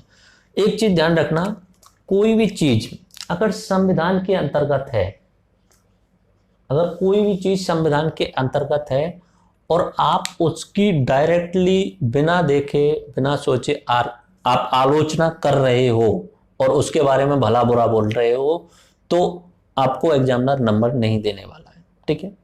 ऐसा केस हुआ एक तरीके से, थोड़ा सा आप देखें तो कोई भी ऐसे गुजरात में पाटीदार आंदोलन चल रहा था, पाटीदार जो पटेलों का, हार्दिक पटेल के द्वारा जो शुरू किया गया था पाटीदार पटेल आंदोलन आरक्षण के लिए, तो उसमें हार्दिक पटेल जी ने कुछ ऐसा बयान दे दिया था कि आप या तो राजी राजी आरक्षण दे दो, नहीं तो हम फिर बंदूक से आरक्षण ले लेंगे, हम लेना जानते हैं आरक्षण, उन्होंने बोल दिया था। क्योंकि उनके उस टाइप में गंवार आदमी है, वो कुछ भी बोल सकता है। तो उसके खिलाफ में, क्योंकि बंदूक वाली जब बात आती है तो उसके खिलाफ में राजद्रोह का मुकदमा लग गया, क्योंकि आप ऐसी बात कर ही नहीं सकते, आप नक्सली थोड़ी हो, आप जो ऐसे मतलब राज्य के खिलाफ बंदूक उठा सकते हो। जैसे ये बात बोली तो राजद्रोह का मुकदमा लग गया। उनके जो केस था उस पर बेल के लिए जैसे कोशिश की गई, तो उसमें जो वकील थे, वकील नहीं जज थे, जज का नाम मुझे ध्यान नहीं आ रहा है, जज का नाम क्या था, नाम ध्यान नहीं आ रहा है, चलो मान लीजिए XYZ कोई जज है, ओके। उन जज जी ने जोश में आकर के पहली बात तो ये बोली कि आरक्षण जो है वो आरक्षण और भ्रष्टाचार ये दोनों दीमक की तरह हैं और पूरे देश को खोखला कर रहे हैं, ठीक है, उन्होंने ये बोला। दूसरी बात उन्होंने ये बोली थी कि मूल संविधान में सिर्फ 10 साल आरक्षण की बात की गई थी और आप इसे बार बार में बढ़ाते जा रहे हो, अब तो लोग उन्नति कर चुके हैं तो अब आरक्षण खत्म कर देना चाहिए। तो अब सोचिए क्या उन्होंने सही बात बोली, दोनों ही, क्या सही बोला उन्होंने? दोनों ही बातें गलत बोली उन्होंने। पहली बात तो उन्होंने बोली कि 10 साल वाली बात पे लेते हैं। 10 साल वाली बात जो है वो आर्टिकल नंबर 334 में राजनीतिक आरक्षण की बात जो है वो 10 साल बढ़ाने के लिए, शैक्षणिक और जो अपना पब्लिक एम्प्लॉयमेंट है उसमें 10 साल का कोई प्रावधान नहीं है, ठीक है। और वो राजनीतिक आरक्षण नहीं मांग रहे थे, राजनीतिक आरक्षण से कोई इतना फर्क नहीं पड़ता है, राजनीतिक आरक्षण कोई मैटर भी नहीं करता, ना जनरल वालों के लिए ना SC/ST के लिए। वो शुरुआत में मैटर करता था, जब आजाद हुआ था तब प्रतिनिधित्व चाहिए था, ठीक है, तो इतना बेटर। अब तो सब लोग जो है वो नौकरी के लिए आरक्षण की मांग करते हैं। तो पहली बात तो इन्होंने 10 साल वाली गलत बोल दी। जो सबसे ज्यादा जो अपनी व्हाट्सएप यूनिवर्सिटी होती है उसमें ये चलता है कि 10 साल की बात कही गई थी, उसके बाद खत्म क्यों नहीं कर रहे, बार बार सरकार बढ़ा देती है। सरकार उसको नहीं बढ़ा रही है, राजनीतिक आरक्षण है जिससे आपको भी कोई खास फर्क नहीं पड़ने वाला। और जो बात कही है शैक्षणिक और पब्लिक एम्प्लॉयमेंट वाली, उसमें 10 साल का कोई प्रावधान नहीं। और पहली बात जो उन्होंने बोली कि आरक्षण जो है वो देश को दीमक की तरह खत्म कर रहा है। अब देखो संविधान में जो चीज लिखा हुआ है, संविधान निर्माता कोई पागल तो थे नहीं जो ऐसी बातें लिख के जाते। अगर उन्हें लगता है कि आरक्षण दीमक की तरह खत्म कर रहा है तो वो उस बात को लिखते ही नहीं। ये डायरेक्टली किसके खिलाफ हो गई बात? संविधान के खिलाफ हो गई। तो इसके बाद में तुरंत राज्यसभा में उनको बर्खास्त करने के लिए प्रोविजंस लाए गए। ठीक है, तो अब आपकी बात समझ में आ गई। संविधान के खिलाफ डायरेक्टली आपको कुछ भी नहीं बोलना, आप भले आरक्षण के समर्थक हो या आरक्षण के आलोचक हो, दोनों चीज हो सकती है, कोई प्रॉब्लम नहीं है, आपके पर्सनल मत हो, लेकिन जब आप एग्जाम में लिखने जाओगे तब आपको बैलेंस बना के रखना है और कोशिश ये करनी है कि संविधान के अनुसार ही होना चाहिए। आलोचकों का मत क्या होता है, बोले कि अवसर की समानता के विरुद्ध है ये। पहली बात तो आलोचक यही बोलेंगे कि भाई साहब अवसर की समता मतलब सबको बराबर कर दो, ऐसा होना चाहिए। इसके तर्क में आरक्षण वाले क्या बोल देंगे, ये अवसर की समानता के विरुद्ध नहीं है, ये जो है समान वर्ग के साथ समान व्यवहार वाली बात करता है। और वही जो बात मैंने बढ़ाई कि अगर आपको रेस करवानी है तो सबसे पहले सबको इक्वल लेके आओ, बराबर लेके आओ, तब बात है। इक्वल प्रोटेक्शन ऑफ लॉ की बात भी कही गई है, तो पहले बात को आलोचक बोलते हैं तो आलोचकों की बात को समर्थक उस तरीके से कट कर देते हैं। बोले इसमें योग्यता की अपेक्षा होती है, सेवाओं की गुणवत्ता प्रभावित होती है, देश का विकास रुकता है और प्रतिभा का विदेशों में पलायन होता है। ये आलोचक बोलेंगे इस बात को, और बात भी सही है कहीं हद तक। ठीक है, इससे डेवलपमेंट रुकता है, बहुत सारी बात बिल्कुल सही है। बहुत सारे लोग जो बहुत अच्छे काम कर सकते थे वो अपने देश को छोड़ करके आरक्षण के कारण जो है वो विदेशों में चल जाते हैं। अब इसके जो अपोजिट में जो बोलेंगे, जो समर्थक हैं वो क्या बोलेंगे, बोले अधिकांश सेवाओं में जो है वो गुणवत्ता इसलिए प्रभावित नहीं होती कि अधिकांश सेवाओं में चयन के बाद में प्रशिक्षण होता है और व्यक्तियों को सेवा के योग्य बना देता है। आई बात समझ में, कि आपका सिलेक्शन भले ही SC ST या OBC के आधार पे हुआ है, लेकिन सब देख लो, आप RS बन जाओ तो आपका वहां पे ट्रेनिंग होने वाली है, पुलिस में चल जाओ वहां ट्रेनिंग होने वाली है, IPS IAS बन जाओ ट्रेनिंग होने वाली है, नीट क्लियर कर लो कोई दिक्कत नहीं है, IIT क्लियर कर लो कोई दिक्कत नहीं है, उसके बाद 4 साल आपको कॉलेज तो निकालना है, कॉलेज में तो वहां पे कोई आरक्षण नहीं रहने वाला है, आपको पास तो करना ही होगा। तो बोले कि जब सब चीजों में प्रशिक्षण का प्रावधान है तो कैसे योग्यता प्रभावित हो जाएगी, इस तरीके की वहां बात आती है। बट कुछ हदों में ये बात भी सही हो जाती है, क्योंकि होता है कि बहुत सारे बच्चे ऐसे होते हैं जो IITs में पास करने के बाद में वहां पे पासिंग मार्क्स लाना उनके लिए वहां पे प्रॉब्लम हो जाती है। ओके, तो ये उसके समर्थक और आलोचक एक दूसरे को कैसे काउंटर कर रहे हैं समझ में आ रहा है। ठीक है, उसके बाद में भारत में आरक्षण की व्यवस्था का राजनीतिकरण हो गया है और राजनीति में जाति का महत्व बढ़ गया है, ये आलोचक कहते हैं, क्योंकि हर बात पे आरक्षण जो है वो राजनीति से जुड़ गई है, बिल्कुल राजनीति से ही जुड़ गई है। जो अत्याचार SC ST अत्याचार निवारण एक्ट है उसमें क्या होता है कि एक पहले, उससे पहले ये था जो सिविल राइट्स एक्ट भी था 1976 का था, और उससे पहले जो था अपना लेके आए थे दलितों के लिए कानून लेके आए थे शुरुआत में। तो ये SC ST एक्ट जो है 1989 में जो राजीव गांधी सरकार के लाया गया था, उसमें एक चीज है, एक प्रावधान है कि जैसे ही आपके खिलाफ कोई वहां पे शिकायत दर्ज की जाती है तो शिकायत सुने बगैर ही, मतलब उसके पक्षों को जाने बगैर ही आप उस व्यक्ति को गिरफ्तार करना है जिसके खिलाफ शिकायत की गई है ना। SC ST एक्ट है उसमें लिखा हुआ है। इसका बहुत बार दुरुपयोग भी हो जाता है। तो इसके रिगार्डिंग सुप्रीम कोर्ट में शुरुआत में जो अपनी सरकार के द्वारा डाटा प्रस्तुत किए गए जिसमें बोला गया था कि इस तरीके से इसका दुरुपयोग होता है, दुरुपयोग होने वाली बात बोली, तो सुप्रीम कोर्ट ने बोला इसका रिव्यू होना चाहिए, इसको चेक करना चाहिए, और ये जो है जो तुरंत आप गिरफ्तार कर लेते हो इस बात की एक तरीके से जांच होनी चाहिए, ये बात बोली। उसके तुरंत बाद ही कुछ समय बाद में अप्रैल में आपने देखा होगा भारत बंद हुआ 2019 में, और बहुत जगह तोड़फोड़ की गई थी। ठीक है, सरकार दबाव में आ गई तुरंत, सरकार को वोट बैंक की राजनीति, वही सबसे बड़ी बात है, क्योंकि दलितों का वोट भी अगर आपको लेना है तो उस हिसाब से आपको वहां संभल के चलना होगा। सरकार ने जो पहले जो डाटा दिए थे उन डाटाओं को बदल के बोल दिया नहीं पहले हमने गलत दे दिए थे, अब दूसरे डाटा ले लें। ठीक है, तो सरकार ने डाटा दिए, सुप्रीम कोर्ट भी मुकर गया, भाई साहब सरकार ने जो बोलेगी सुप्रीम कोर्ट भी उसके साथ बोलेगा, तो सुप्रीम कोर्ट ने भी बोल दिया कि जो पहले से है वो सही है। ठीक है, तो इसका राजनीतिकरण हो गया एक तरीके से हर चीज का, आरक्षण वाली बात का। ओके, उसके बाद में व्यवहार में आरक्षण का क्रियान्वयन इस रूप में है कि नए प्रकार के अन्याय को जन्म दे रहा है जिसे प्रतिगामी विभेद या रिवर्स डिस्क्रिमिनेशन कहा जाता है। ऐसा अब नया व्यवहार के अंतर्गत आने लग गया है, रिवर्स डिस्क्रिमिनेशन, प्रतिगामी विभेद। मतलब इसमें यह हो रहा है कोई भी कास्ट का कोई व्यक्ति जो अपना SC ST में आ रहा है उसने शुरुआत में सिलेक्शन ले लिया 80s 90s में। ठीक है, सिलेक्शन लेके चला गया, अब उसके बच्चे और बाकी नॉर्मल गरीब बच्चे उनमें काफी अंतर हो गया अब पहले की तुलना में। अब जो है वो फायदा वो पहले जो फायदा उठा चुके थे अब वही लोग बार बार में फायदा उठा रहे हैं। जो SC ST में क्रिमिलेयर बन चुकी थी वो बार बार में फायदा उठा रही है। तो ये नया शब्द निकल के आ रहा है प्रतिगामी विभेद। अब वो जो लोग गरीब हैं उनके लिए आरक्षण का फायदा नहीं मिल पा रहा है। तो ये नए एक तरीके से नया प्रकार का अन्याय हो रहा है। दलितों में भी अब नई कैटेगरी बनती जा रही है। दलित में अगर कोई पढ़ा लिखा है, टॉप एजुकेटेड है और अच्छे पैसे वाला है तो वो अपने साथ वाले दलित से बात नहीं करता है, उसके साथ में भेदभाव करने लग जाता है। तो ये प्रतिगामी विभेद वाला नया पॉइंट निकल के आ रहा है। ठीक है, आरक्षण के समर्थक क्या बोलते हैं? एक तो अवसर की समता के विरुद्ध नहीं है, पिछड़ी जातियां जो है हजारों वर्षों से शोषण कर रही थी तो इसलिए आरक्षण एक तरीके से मुआवजा है, ऐसा बोल सकते हैं वो।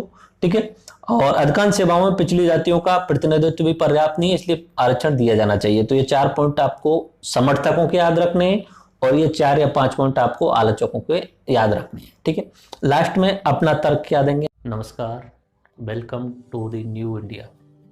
न्यू इंडिया नव भारत निर्माण में आपका स्वागत है।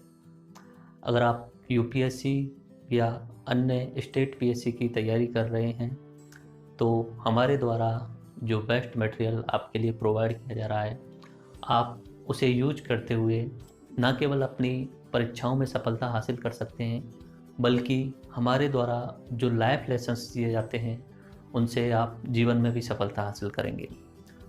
अभी हम UPSC and other state PSC के जो भी एग्ज़ाम होते हैं उनके दृष्टिकोण संपूर्ण कोर्स कवर कर रहे हैं। हमारा एंड्रॉयड एप्लीकेशन न्यू इंडिया नव भारत निर्माण, जिसके द्वारा आपको एक स्ट्रेटजिक तरीके से, रणनीतिक तरीके से, अरेंजमेंट में, सिस्टमेटिक वे में संपूर्ण तैयारी कराई जाती है। हमारे लेसन्स आपको रटाने पर फोकस नहीं करते हैं, आपको समझाने और लाइफ लेसन्स पे फोकस करते हैं। आइए जुड़िए हमारे साथ में। हमारा एंड्रॉयड एप्लीकेशन डाउनलोड कीजिए। एंड्रॉयड एप्लीकेशन का नाम है न्यू इंडिया नव भारत निर्माण।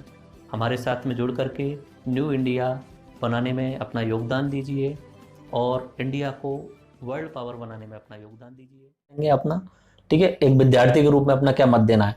बोले आरक्षण की, अब यहाँ पे हमें किंतु परंतु यूज करना है, बस बीच बीच में कुछ पॉजिटिव बोलना है, कुछ नेगेटिव बोलना है। आरक्षण की व्यवस्था सामाजिक न्याय एवं समानता के दर्शन पर आधारित है, अतः आरक्षण सही है, लेकिन व्यवहार में लागू करते हुए इसमें सावधानियां जरूरी हैं। ये सवाल इस तरीके से सेम टू सेम आप निबंध में भी लिख सकते हो। ये जो मैंने यहाँ पे 15 पॉइंट लिखे हैं ना, ये आप रट लेंगे तो आप अच्छा है, क्योंकि निबंध में भी आप लिख सकते हो। आरक्षण से रिलेटेड बहुत सारी वाद विवाद प्रतियोगिताएं होती हैं उनमें। ठीक है, IAS के एग्जाम में 10 नंबर में, 15 नंबर में पूछा जा सकता है। अपना RS का एग्जाम होता है जो उसमें भी 10 नंबर में पूछा जा सकता है। आरक्षण के बारे में अपने मत लिखिए, आलोचनाएं लिखिए, ये सब पूछा जा सकता है। ठीक है, लास्ट में जब अपना मत लिखो तब ये जो बात मैंने बोली इनके आधार पे लिखना, एक्सट्रीम पे कभी नहीं जाना है आपको। ठीक है, एकदम से बोल दो खराब है, इसमें ये कमियां ये कमियां, ऐसे नहीं बोलना है और ना ही ऐसे बोल देना है कि सभी सब कुछ अच्छा है। ठीक है, आरक्षण को राजनीतिक रूप देने की बजाय इसे सबलीकरण का, एम्पावरमेंट से जोड़ा जाना चाहिए, यानी आर्थिक और शैक्षणिक अब जो है किया जाना चाहिए। पहले की कंडीशन और आज की कंडीशनों का मूल्यांकन भी किया जाना चाहिए। हम 1950 में कहां थे और आज कहां हैं। देखो उस समय जो आरक्षण की बात की गई थी सामाजिक और शैक्षणिक रूप से की गई थी, और ये बात भी सही है कि उस समय दलित SC STों का सामाजिक और शैक्षणिक रूप से बहुत पिछड़े हुए थे। अब टाइम जो आ गया है वो ग्लोबलाइजेशन का दौर आ गया है। इस समय शैक्षणिक रूप से तो आप पिछड़ा मानना एक तरीके से मतलब नॉर्मल, मतलब आप गलत बोल रहे हो एक तरीके से मान ली, क्योंकि लिटरेसी जो रेट है वो काफी हो गई है। सरकार फ्री में आपके लिए एजुकेशन दे रही है, इंटरनेट की सुविधा आ चुकी है, तो शैक्षणिक रूप से तो कोई पिछड़ा नहीं मान सकते आप इस समय। अब धीरे धीरे मे भी अभी है, बट अगले 10-20 सालों में तो ऐसा कुछ रहेगा नहीं शैक्षणिक रूप से। ठीक है, सामाजिक भी उतना नहीं रहा जैसा 1950 के आसपास में था। अब धीरे धीरे चेंज भी आने लग गया है समाज में। जब शहर गांव से शहरों में आ गए तो बहुत सामाजिक चेंज आ गया। ओके, ठीक है, अब थोड़ा बहुत बात करनी चाहिए आर्थिक आरक्षण के आधार पे। ये बात करनी चाहिए जिसपे अपने नरेंद्र मोदी सरकार ने स्टेप बढ़ाया है पहली बार में। और कोई भी चीज जो एकदम से समाप्त नहीं होती है। एक चीज ध्यान रखो, आरक्षण के समर्थक बोलेंगे कि भाई साहब आरक्षण रहना चाहिए, 1000 साल तक रहना चाहिए। आरक्षण के विरोधी बोलेंगे कि आरक्षण अभी खत्म होना चाहिए, 2 दिन में ही खत्म होना चाहिए। और ओरिजिनलिटी ये है कि कोई भी चीज स्थायी नहीं होती है, कभी भी स्थायी नहीं होती। आरक्षण खत्म होगा श्योरिटी के साथ में 50 साल 60 साल में खत्म होगा, लेकिन उस आरक्षण को खत्म करने से पहले आपको यह देखना होगा कि सामाजिक और शैक्षणिक भेदभाव तो नहीं रहा। फिर वो आर्थिक आधार पे आरक्षण आपको लगाना पड़ेगा। पहले आपको ये देखना होगा, वही बात जो बोलते हैं ना, वो अपना मैंने बताया आरक्षण मूवी है, उसमें यही तो बोलता है कि आप हमारी जगह खड़े होकर देखो, आपको पता चल जाएगा कि ओरिजिनलिटी क्या है। दलितों के साथ भेदभाव होता है, ये बात बिल्कुल सही है और आज भी होता है, इस बात को आप बिल्कुल नहीं नकार सकते। रियलिटी में गांव के क्षेत्रों में होता है, मे बी शहरों में भी होता है इस तरीके से। तो जब तक ये सामाजिक रूप से आप इनका बहिष्कार करते रहोगे, तब दलित लोग तो ये बोलते हैं क्लियरली, ये बात के क्लियर बोलते हैं, अगर उनसे आप आरक्षण के विरोध में बोलने लग जाओ तो वो ये बात बोल देंगे, ठीक है भाई साहब, जातियों को बराबर कर दो, ब्राह्मणों को दलितों की जगह रख दो और दलितों को ब्राह्मणों की जगह रख दो, हम आरक्षण को छोड़ देंगे। ये बात वो क्लियरली बोलते हैं, ज्यादातर दलित तो यही बोलते हैं। लेकिन ऐसा अभी संभव तो नहीं हुआ है, अभी भी जातिगत आधार पे बहुत सारा भेदभाव होता है। तो पहले वो जातिगत आधार पे जब भेदभाव खत्म हो जाएगा, उसके बाद में आप आर्थिक आधार पे आरक्षण की बात कर सकते हो, ठीक है। तो ये बात आपको ध्यान रखनी है, कुछ पॉइंट मैंने आपको बताए कि अब चेंज करना होगा आर्थिक रूप में। क्रीम लेयर का निर्धारण तार्किक तरीके से किया जाना चाहिए तथा SC ST के लिए भी क्रीम लेयर पे विचार होना चाहिए। अभी SC ST के लिए कोई क्रीम लेयर नहीं है, सिर्फ OBC के लिए, और फिर OBC के लिए भी 8 लाख। अब 8 लाख में तो सब 90% लोग आ जाते हैं, ठीक है, ज्यादातर लोग आ ही जाते हैं 8 लाख वाली कंडीशन में, तो ज्यादातर लोग उसमें आ जाते हैं। तो फिर क्या रहा तार्किक तरीके से, तो क्रीम लेयर को ऐसा रखना चाहिए जिससे गरीब लोगों का भला हो, ओके। भूमंडलीकरण के दौर में आर्थिक कारण जो है वो उस पर विचार किया जाना चाहिए, आरक्षण को गतिशील होना चाहिए, चेंज होना चाहिए और इसका समय समय पे मूल्यांकन किया जाना चाहिए।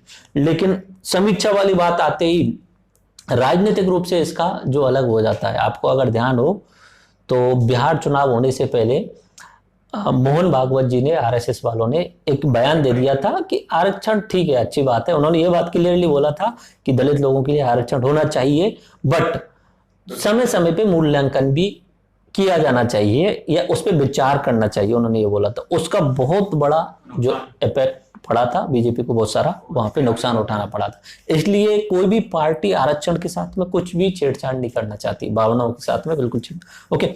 तो ये अपना आरक्षण वाली बात हो गई। लास्ट में जाते जाते अपने आर्थिक आधार पे आरक्षण जो है उसके रिगार्डिंग भी बात कर लेते हैं। 103वां संविधान संशोधन किया गया था पिछले साल नरेंद्र मोदी जी के द्वारा, और वो चुनावों से पहले किया गया था, तो वो चुनावों वाला एंगल भी उसमें जोड़ा जा सकता है, ठीक है। इसमें 15/6 और 16/6 दो जोड़े गए थे। 15/6 में क्या जोड़ा गया था, शैक्षणिक में, और 16/6 में नौकरियों में आर्थिक आधार पे, ओके।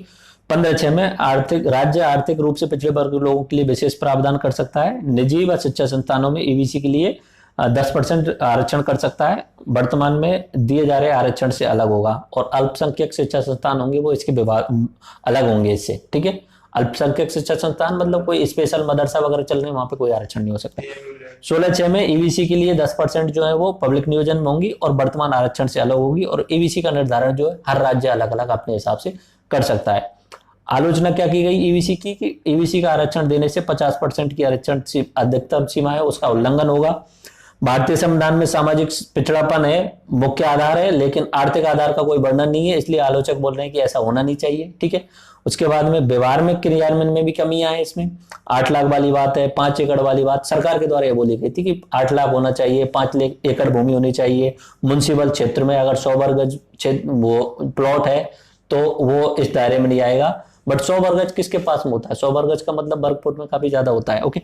और गैर अधिसूचित क्षेत्र यानी ग्रामीण क्षेत्रों में अगर 200 वर्ग गज वाला भी है तो वो इसके उससे कम है तो उसमें शामिल हो जाएगा, इससे ज्यादा शामिल नहीं होगा। तो मतलब एक तरीके से 90% इसके दायरे में आ गए। पक्ष में तर्क आप दे सकते हो कि भूमंडलीकरण का दौर चल रहा है, गरीब जनरल में भी होते हैं। भाई ये तो है नहीं कि भाई सब जनरल वाले अमीर होंगे, गरीब वहां पे भी होते हैं, तो उनको भी तो कुछ ना कुछ सामने आपको लाना चाहिए ना, क्योंकि अब वो रेस में अलग हो गए इस समय, ठीक है। तो सामाजिक कारक का महत्व घटता जा रहा है आज के समय पे, आर्थिक कारक ज्यादा महत्व है। संविधान में सामाजिक न्याय के साथ साथ में अब आर्थिक न्याय की बात की गई है अपने DPSP में, अगर ध्यान हो। इवन एक अपना प्रस्तावनामा भी लिखी गई है न्याय, तो उसमें सामाजिक, राजनीतिक और आर्थिक न्याय की बात की गई है। तो ये बात सही है, बिल्कुल आर्थिक न्याय भी देना चाहिए। वर्तमान समय में सरकार की अनेक योजनाएं जो इसी आधार पे चल रही हैं, तो आर्थिक न्याय के आधार पे, आर्थिक आधार पे आप आरक्षण दे सकते हैं और इसके पक्ष में आप ये तर्क रख सकते हैं। आगे बात समझें, पक्ष और विपक्ष वाले तर्क आपने रख दिए। अब नीचे आप देखेंगे तो 16(1) से लेकर 16(5)(6) तक मैंने आपको यहाँ रिवाइज में लिखा हुआ है। 16(1) क्या है, अवसर की समता। 16(2) क्या है, वो 7 आधारों पर भेदभाव नहीं किया जाएगा। 16(3) क्या है, निवास स्थान के आधार पर भेदभाव किया जा सकता है। 16(4) आरक्षण का मूल है SC/ST अन्य पिछड़ा वर्ग, जिसके लिए आयोग बनाया जाना है, काका कइलकर और बीपी मंडल वाला का आयोग, और उसके साथ इंदिरा साहनी वाला केस 1992, जिसमें बहुत सारे निर्णय दिए जाते हैं जिनको धीरे धीरे करके ओके। और 16(5) जो है वो मंदिरों में पुजारी या ठीक है विशेष जातियों के लिए विशेष वहां पे रख सकते हैं। 16(6) सामान्य वर्ग के लिए, जो पिछली साल सरकार के द्वारा लाया गया था। आरक्षण का इतिहास देख लीजिए एक बार में। 1882 में हंटर आयोग बनाया गया था, ठीक है। और ज्योतिबा फुले उस समय महाराष्ट्र में आनुपातिक प्रतिनिधित्व की मांग कर रहे थे। ज्योतिबा फुले दलितों के एक मसीहा के रूप में माने जाते हैं, और दलितों के आंदोलन की शुरुआत ज्योतिबा फुले और सावित्रीबाई फुले के द्वारा ही की गई थी। ओके। 1891 में त्रावणकोर सरकार जो होती है केरल वाली, वो सरकारी नौकरियों में आरक्षण देती है स्थानीय निवासियों के लिए एक तरीके से। ओके। 1901 में कोल्हापुर के साहूजी महाराज द्वारा दलितों के लिए आरक्षण का प्रथम प्रयास किया जाता है, दलितों के लिए आरक्षण दिया जाता है 1901 में। उसके बाद में GI एक्ट आते हैं, उनमें आरक्षण तो नहीं था डायरेक्टली, बट वो सांप्रदायिक प्रतिनिधित्व वाली बात थी, ठीक है। 1909 1919 में, साथ साथ में 1935 वाला भी आता है, ठीक है। 1921 में जो हमने बात की ना चंपाकम दोराई वाली बात, 1921 में मद्रास प्रांत में जातिगत आरक्षण की शुरुआत की गई थी, ठीक है। मद्रास वाले उसी केस पे 1951 में चंपाकम दोहराई गई थी। ओके। उसके बाद में 1935 में GI एक्ट में आरक्षण का प्रावधान था। 1937 में पहली बार SC शब्द का प्रयोग किया गया था, शेड्यूल कास्ट शब्द का प्रयोग किया गया था। उससे पहले दलित या हरिजन शब्द किया जाता था, उसके बाद में शेड्यूल कास्ट 1937 में। 16(4) ये है ओरिजिनल, अपने संविधान में बात करता है जो आरक्षण की SC एवं ST के लिए, ये ओरिजिनल संविधान में लिखा हुआ है। उसके बाद में 330, 331, 332 ये सब संविधान में लिखे गए हैं राजनीतिक आधार पर और 10 वर्ष के लिए। उसके बाद में अलग अलग कमेटियां बनी, ठीक है। 1990 में OBC को आरक्षण दिया गया 27%, 1992 में इंदिरा साहनी केस हुआ और 2019 में आर्थिक आधार पर आरक्षण दिया गया। आगे बात समझ में। वर्तमान में कुल मिला के 59.9% है, 49 पहले था, 10% एक्स्ट्रा जोड़ दिया गया। अभी कुछ समय पहले ही एक बात कही गई फरवरी 2020 में, M नागेश्वर राव की एक पीठ थी, तो वहां पे ऐसा हुआ था उत्तराखंड सरकार ने SC एवं ST के कर्मचारियों के लिए प्रमोशन नहीं दिया था, ठीक है। SC समझिए थोड़ा सा, उत्तराखंड में SC एवं ST के लिए प्रमोशन नहीं दिया गया, जबकि उससे पहले प्रावधान किया जा चुका है, ठीक है। 16(4)A और 16(4)B में प्रावधान किया गया कि आप पदोन्नति में आप आरक्षण दे सकते हैं। उत्तराखंड में पदोन्नति में आरक्षण नहीं दिया गया सरकार के द्वारा। उसके खिलाफ उत्तराखंड कोर्ट में गए, वो हाई कोर्ट में गए, हाई कोर्ट ने सरकार के निर्णय को गलत बता दिया। उत्तराखंड सरकार फिर सुप्रीम कोर्ट में आ गई। सुप्रीम कोर्ट ने बोला कि सरकार सही कर रही है। क्यों सही कर रही है? उन्होंने बोला है कि सरकार की मर्जी के ऊपर डिपेंड करता है। उस निर्णय में ये बोला था कि ये मौलिक अधिकार नहीं है, इस तरीके से 16(4)A और 16(4)B जोड़े गए हैं, ये जरूरी नहीं है, बाध्य नहीं है सरकार के लिए। सरकार चाहे तो अपर्याप्त डाटा वाली बात थी, अगर सरकार को लग रहा है पर्याप्त रूप से उनको पहले से मिल चुका है नियोजन, तो सरकार जरूरी नहीं है कि वो लागू करे, और इसमें सरकार से कुछ डाटा मांगने की जरूरत भी नहीं है। ये बात सुप्रीम कोर्ट ने बोली। सबसे इंपॉर्टेंट डिसीजन में से एक है ये।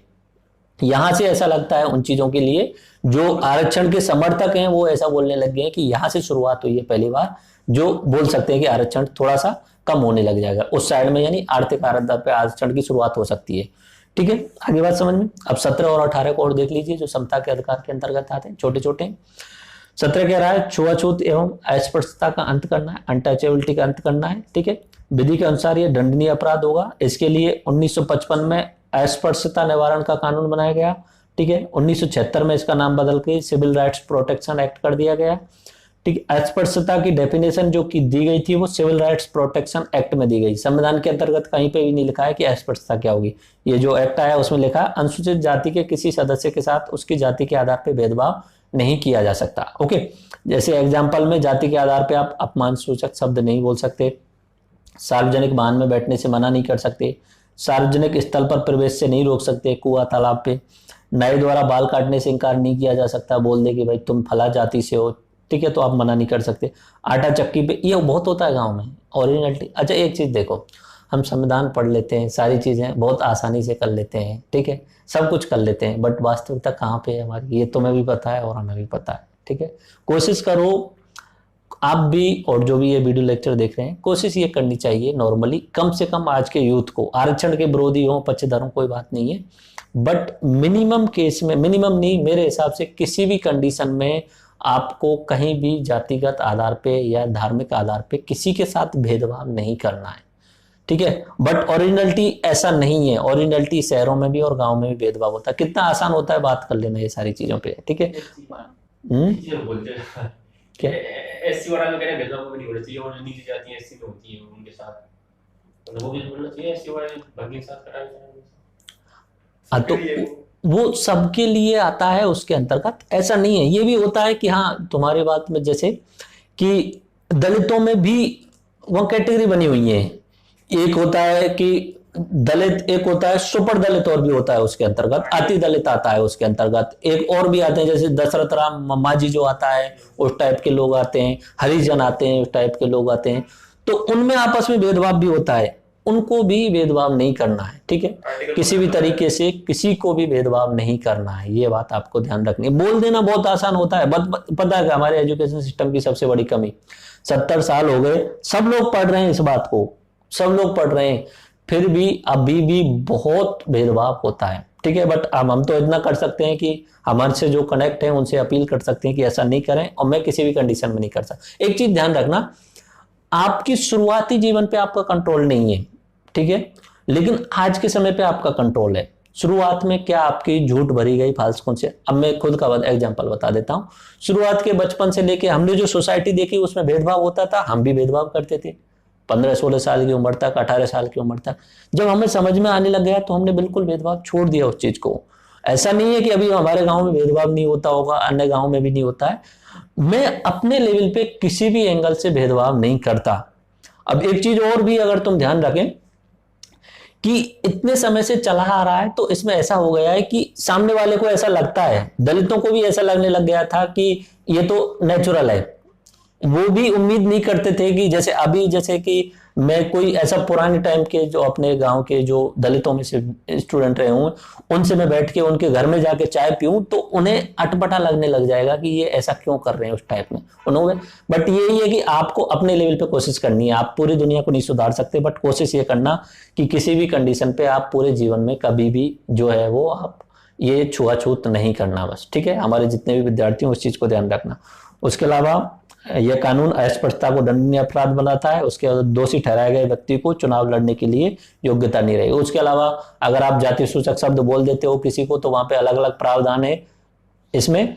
एंड एक सबसे इंपॉर्टेंट प्रावधान जो है वो SC/ST एक्ट वाले में है कि आपको बिना किसी जो जांच के आपको गिरफ्तार किया जा सकता है, जिसका काफी दुरुपयोग भी होता है। जैसे ये बात हुई ना, अस्पष्टता का दोषी ठहराया गया व्यक्ति सिर्फ दोषी ठहराया गया, अभी उस पर आरोप सिद्ध नहीं हुआ है, सिर्फ उसे दोषी बोला गया है, उसके आधार पे भी उसे गिरफ्तार किया जा सकता है, और गिरफ्तार होने के बाद में वो चुनाव नहीं लड़ सकता। ये बात क्लियर है। मान लीजिए कि चुनाव हो रहा है गांव में, सरपंची का चुनाव हो रहा है, ठीक है, तो जनरल कैटेगरी आई और फॉर्म भरने जा रहे हैं लोग।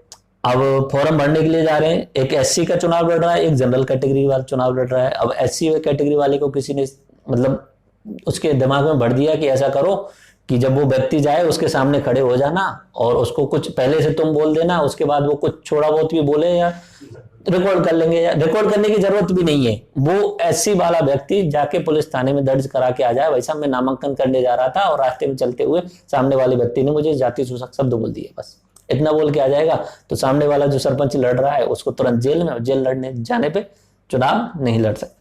तो हो सकता है इसका दुरुपयोग भी होते, लेकिन जरूरी था उस समय की कंडीशंस के हिसाब से, मे भी आज के समय के हिसाब से भी जरूरी है, क्योंकि जब तक आप जातिगत आधार पे भेदभाव को खत्म नहीं करोगे तब तक आप दूसरी चीजों के लिए उम्मीद नहीं कर सकते। आगे बात समझ में, ये एक्ट है जिसमें शुरुआत में 22 कार्यों को SC/ST एक्ट जो है अत्याचार निवारण, 22 कार्यों को अत्याचार माना गया था, ठीक है। इनमें अलग अलग सजा दी गई थी, तत्काल गिरफ्तारी थी और अग्रिम जमानत भी नहीं होती। ये सबसे इंपॉर्टेंट बात है। अग्रिम जमानत की बात पे भी सुप्रीम कोर्ट ने बोला था।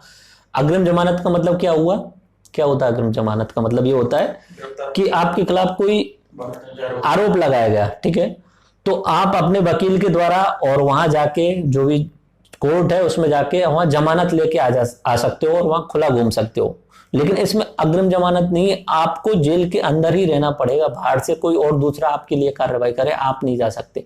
ठीक है, अब अग्रिम जमानत नहीं मिलेगी, ये क्यों किया गया होगा, ये बात भी सही है। शायद उस समय क्या होता था कि मान लीजिए कि आपने किसी दलित पर अत्याचार किया और वो बाहर घूम रहा है जिसने अत्याचार किया, तो फिर वो बाद में भी वो दबाव बनाएगा, वो पीटेगा, रुपयों का लालच देगा, किसी भी तरीके से सामाजिक दबाव बनाएगा और उससे वो केस को वापस लेने की बात बोलेगा। इसलिए वो अग्रिम जमानत वाली जो बात थी उसे 2015 में इसमें थोड़ा सा चेंज करके 22 से 47 कर दिया गया। ओके, ऐसे मामलों में त्वरित कार्रवाई के लिए फास्ट ट्रैक कोर्ट का भी गठन किया गया। इसमें एस के महाजन व महाराष्ट्र राज्य का केस हुआ था 2018 वाला, जिसमें सुप्रीम कोर्ट ने इस अधिनियम को सही ढंग से लागू करने के लिए निर्देश दिए थे और सुप्रीम कोर्ट ने दोबारा से वापस अपने जो निर्देश थे उनको वापस ले लिया, क्योंकि जो आंदोलन हुआ उसके बाद सरकार ने अपनी वहां बात रखी। लास्ट में उपाधियों का अंत अपनी समता के अधिकार के तहत आ रहा है 14 से 18 वाला उपाधियों का अंत। राज्य के द्वारा व्यक्ति को कोई उपाधि नहीं दी जाएगी, परंतु शैक्षिक और सैन्य उपाधियां दी जा सकती हैं। ठीक है, वीर चक्र, परमवीर चक्र, महावीर चक्र ये दिए जा सकते हैं। ठीक है, शैक्षणिक उपाधि मतलब डॉक्टर, पीएचडी कर ली तो डॉक्टर की उपाधि दी जा सकती है।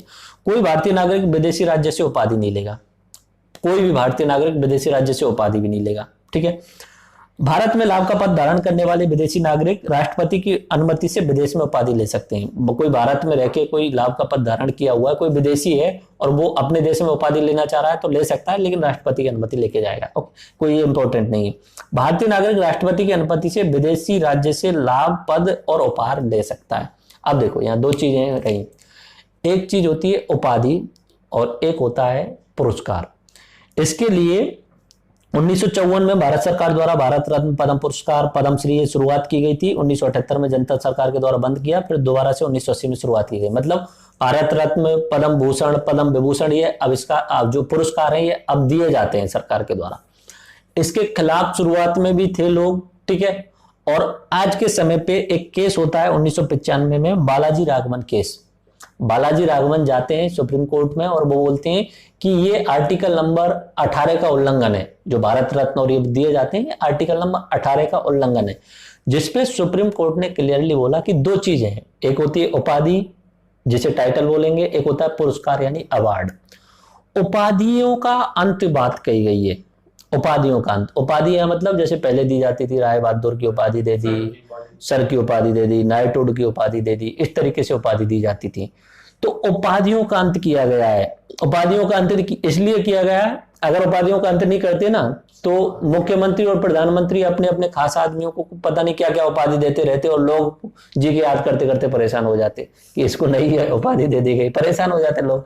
अब अयोग्य लोगों को भी दे सकते थे, वो उनकी मर्जी थी उसमें।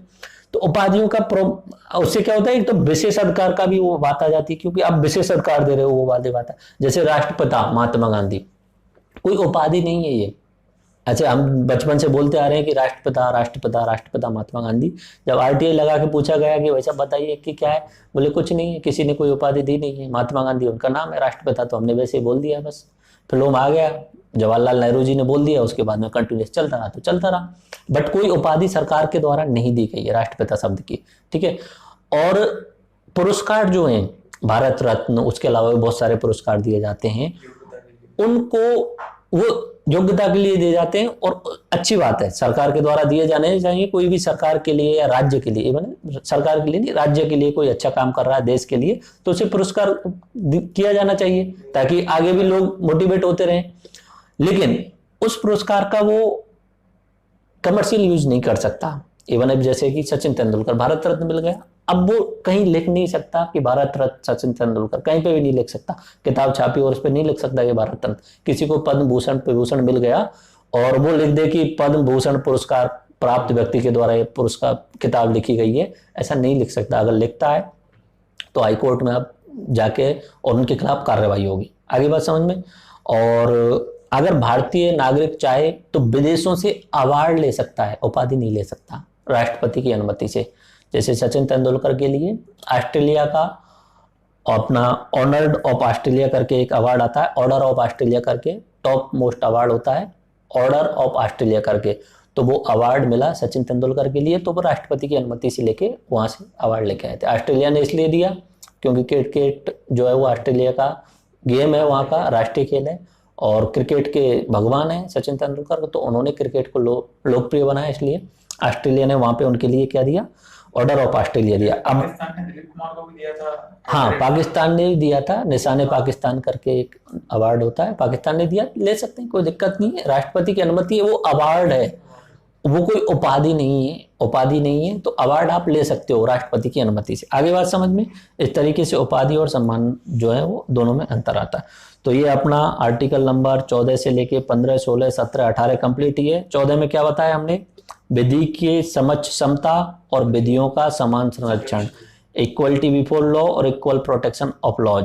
15 में क्या बताया, धर्म, मूलवंश, जाति, लिंग, जन्म स्थान के आधार पे भेदभाव नहीं किया जा सकता, जिस पे मूवी आई है आप देख लेना, अच्छी मूवी है। ओके, उसके बाद में 16 में लोक नियोजन के विषय में अवसर की समता, आगे बात समझ में, जिसमें अपना जो रोजगार वाला आरक्षण था, और 15 में था वो शैक्षणिक आरक्षण था। 17 में एवोल्यूशन ऑफ अनटचेबिलिटी और 18 में क्या था, उपाधियों का अंत। तो पार्ट 2 में हमने अपना समता का अधिकार देख लिया, तो मूल अधिकारों का ये पार्ट 2 हुआ। पार्ट 3 में हम स्वतंत्रता वाला 19 से लेके 22 वाला देखते हैं। ओके, नमस्कार, welcome to the new India. New India नव भारत निर्माण में आपका स्वागत है।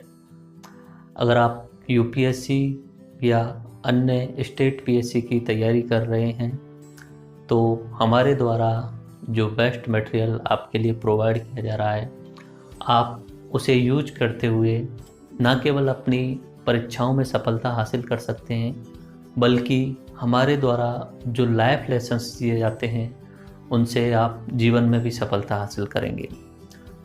अभी हम UPSC and other state PSC के जो भी एग्ज़ाम होते हैं उनके दृष्टिकोण संपूर्ण कोर्स कवर कर रहे हैं।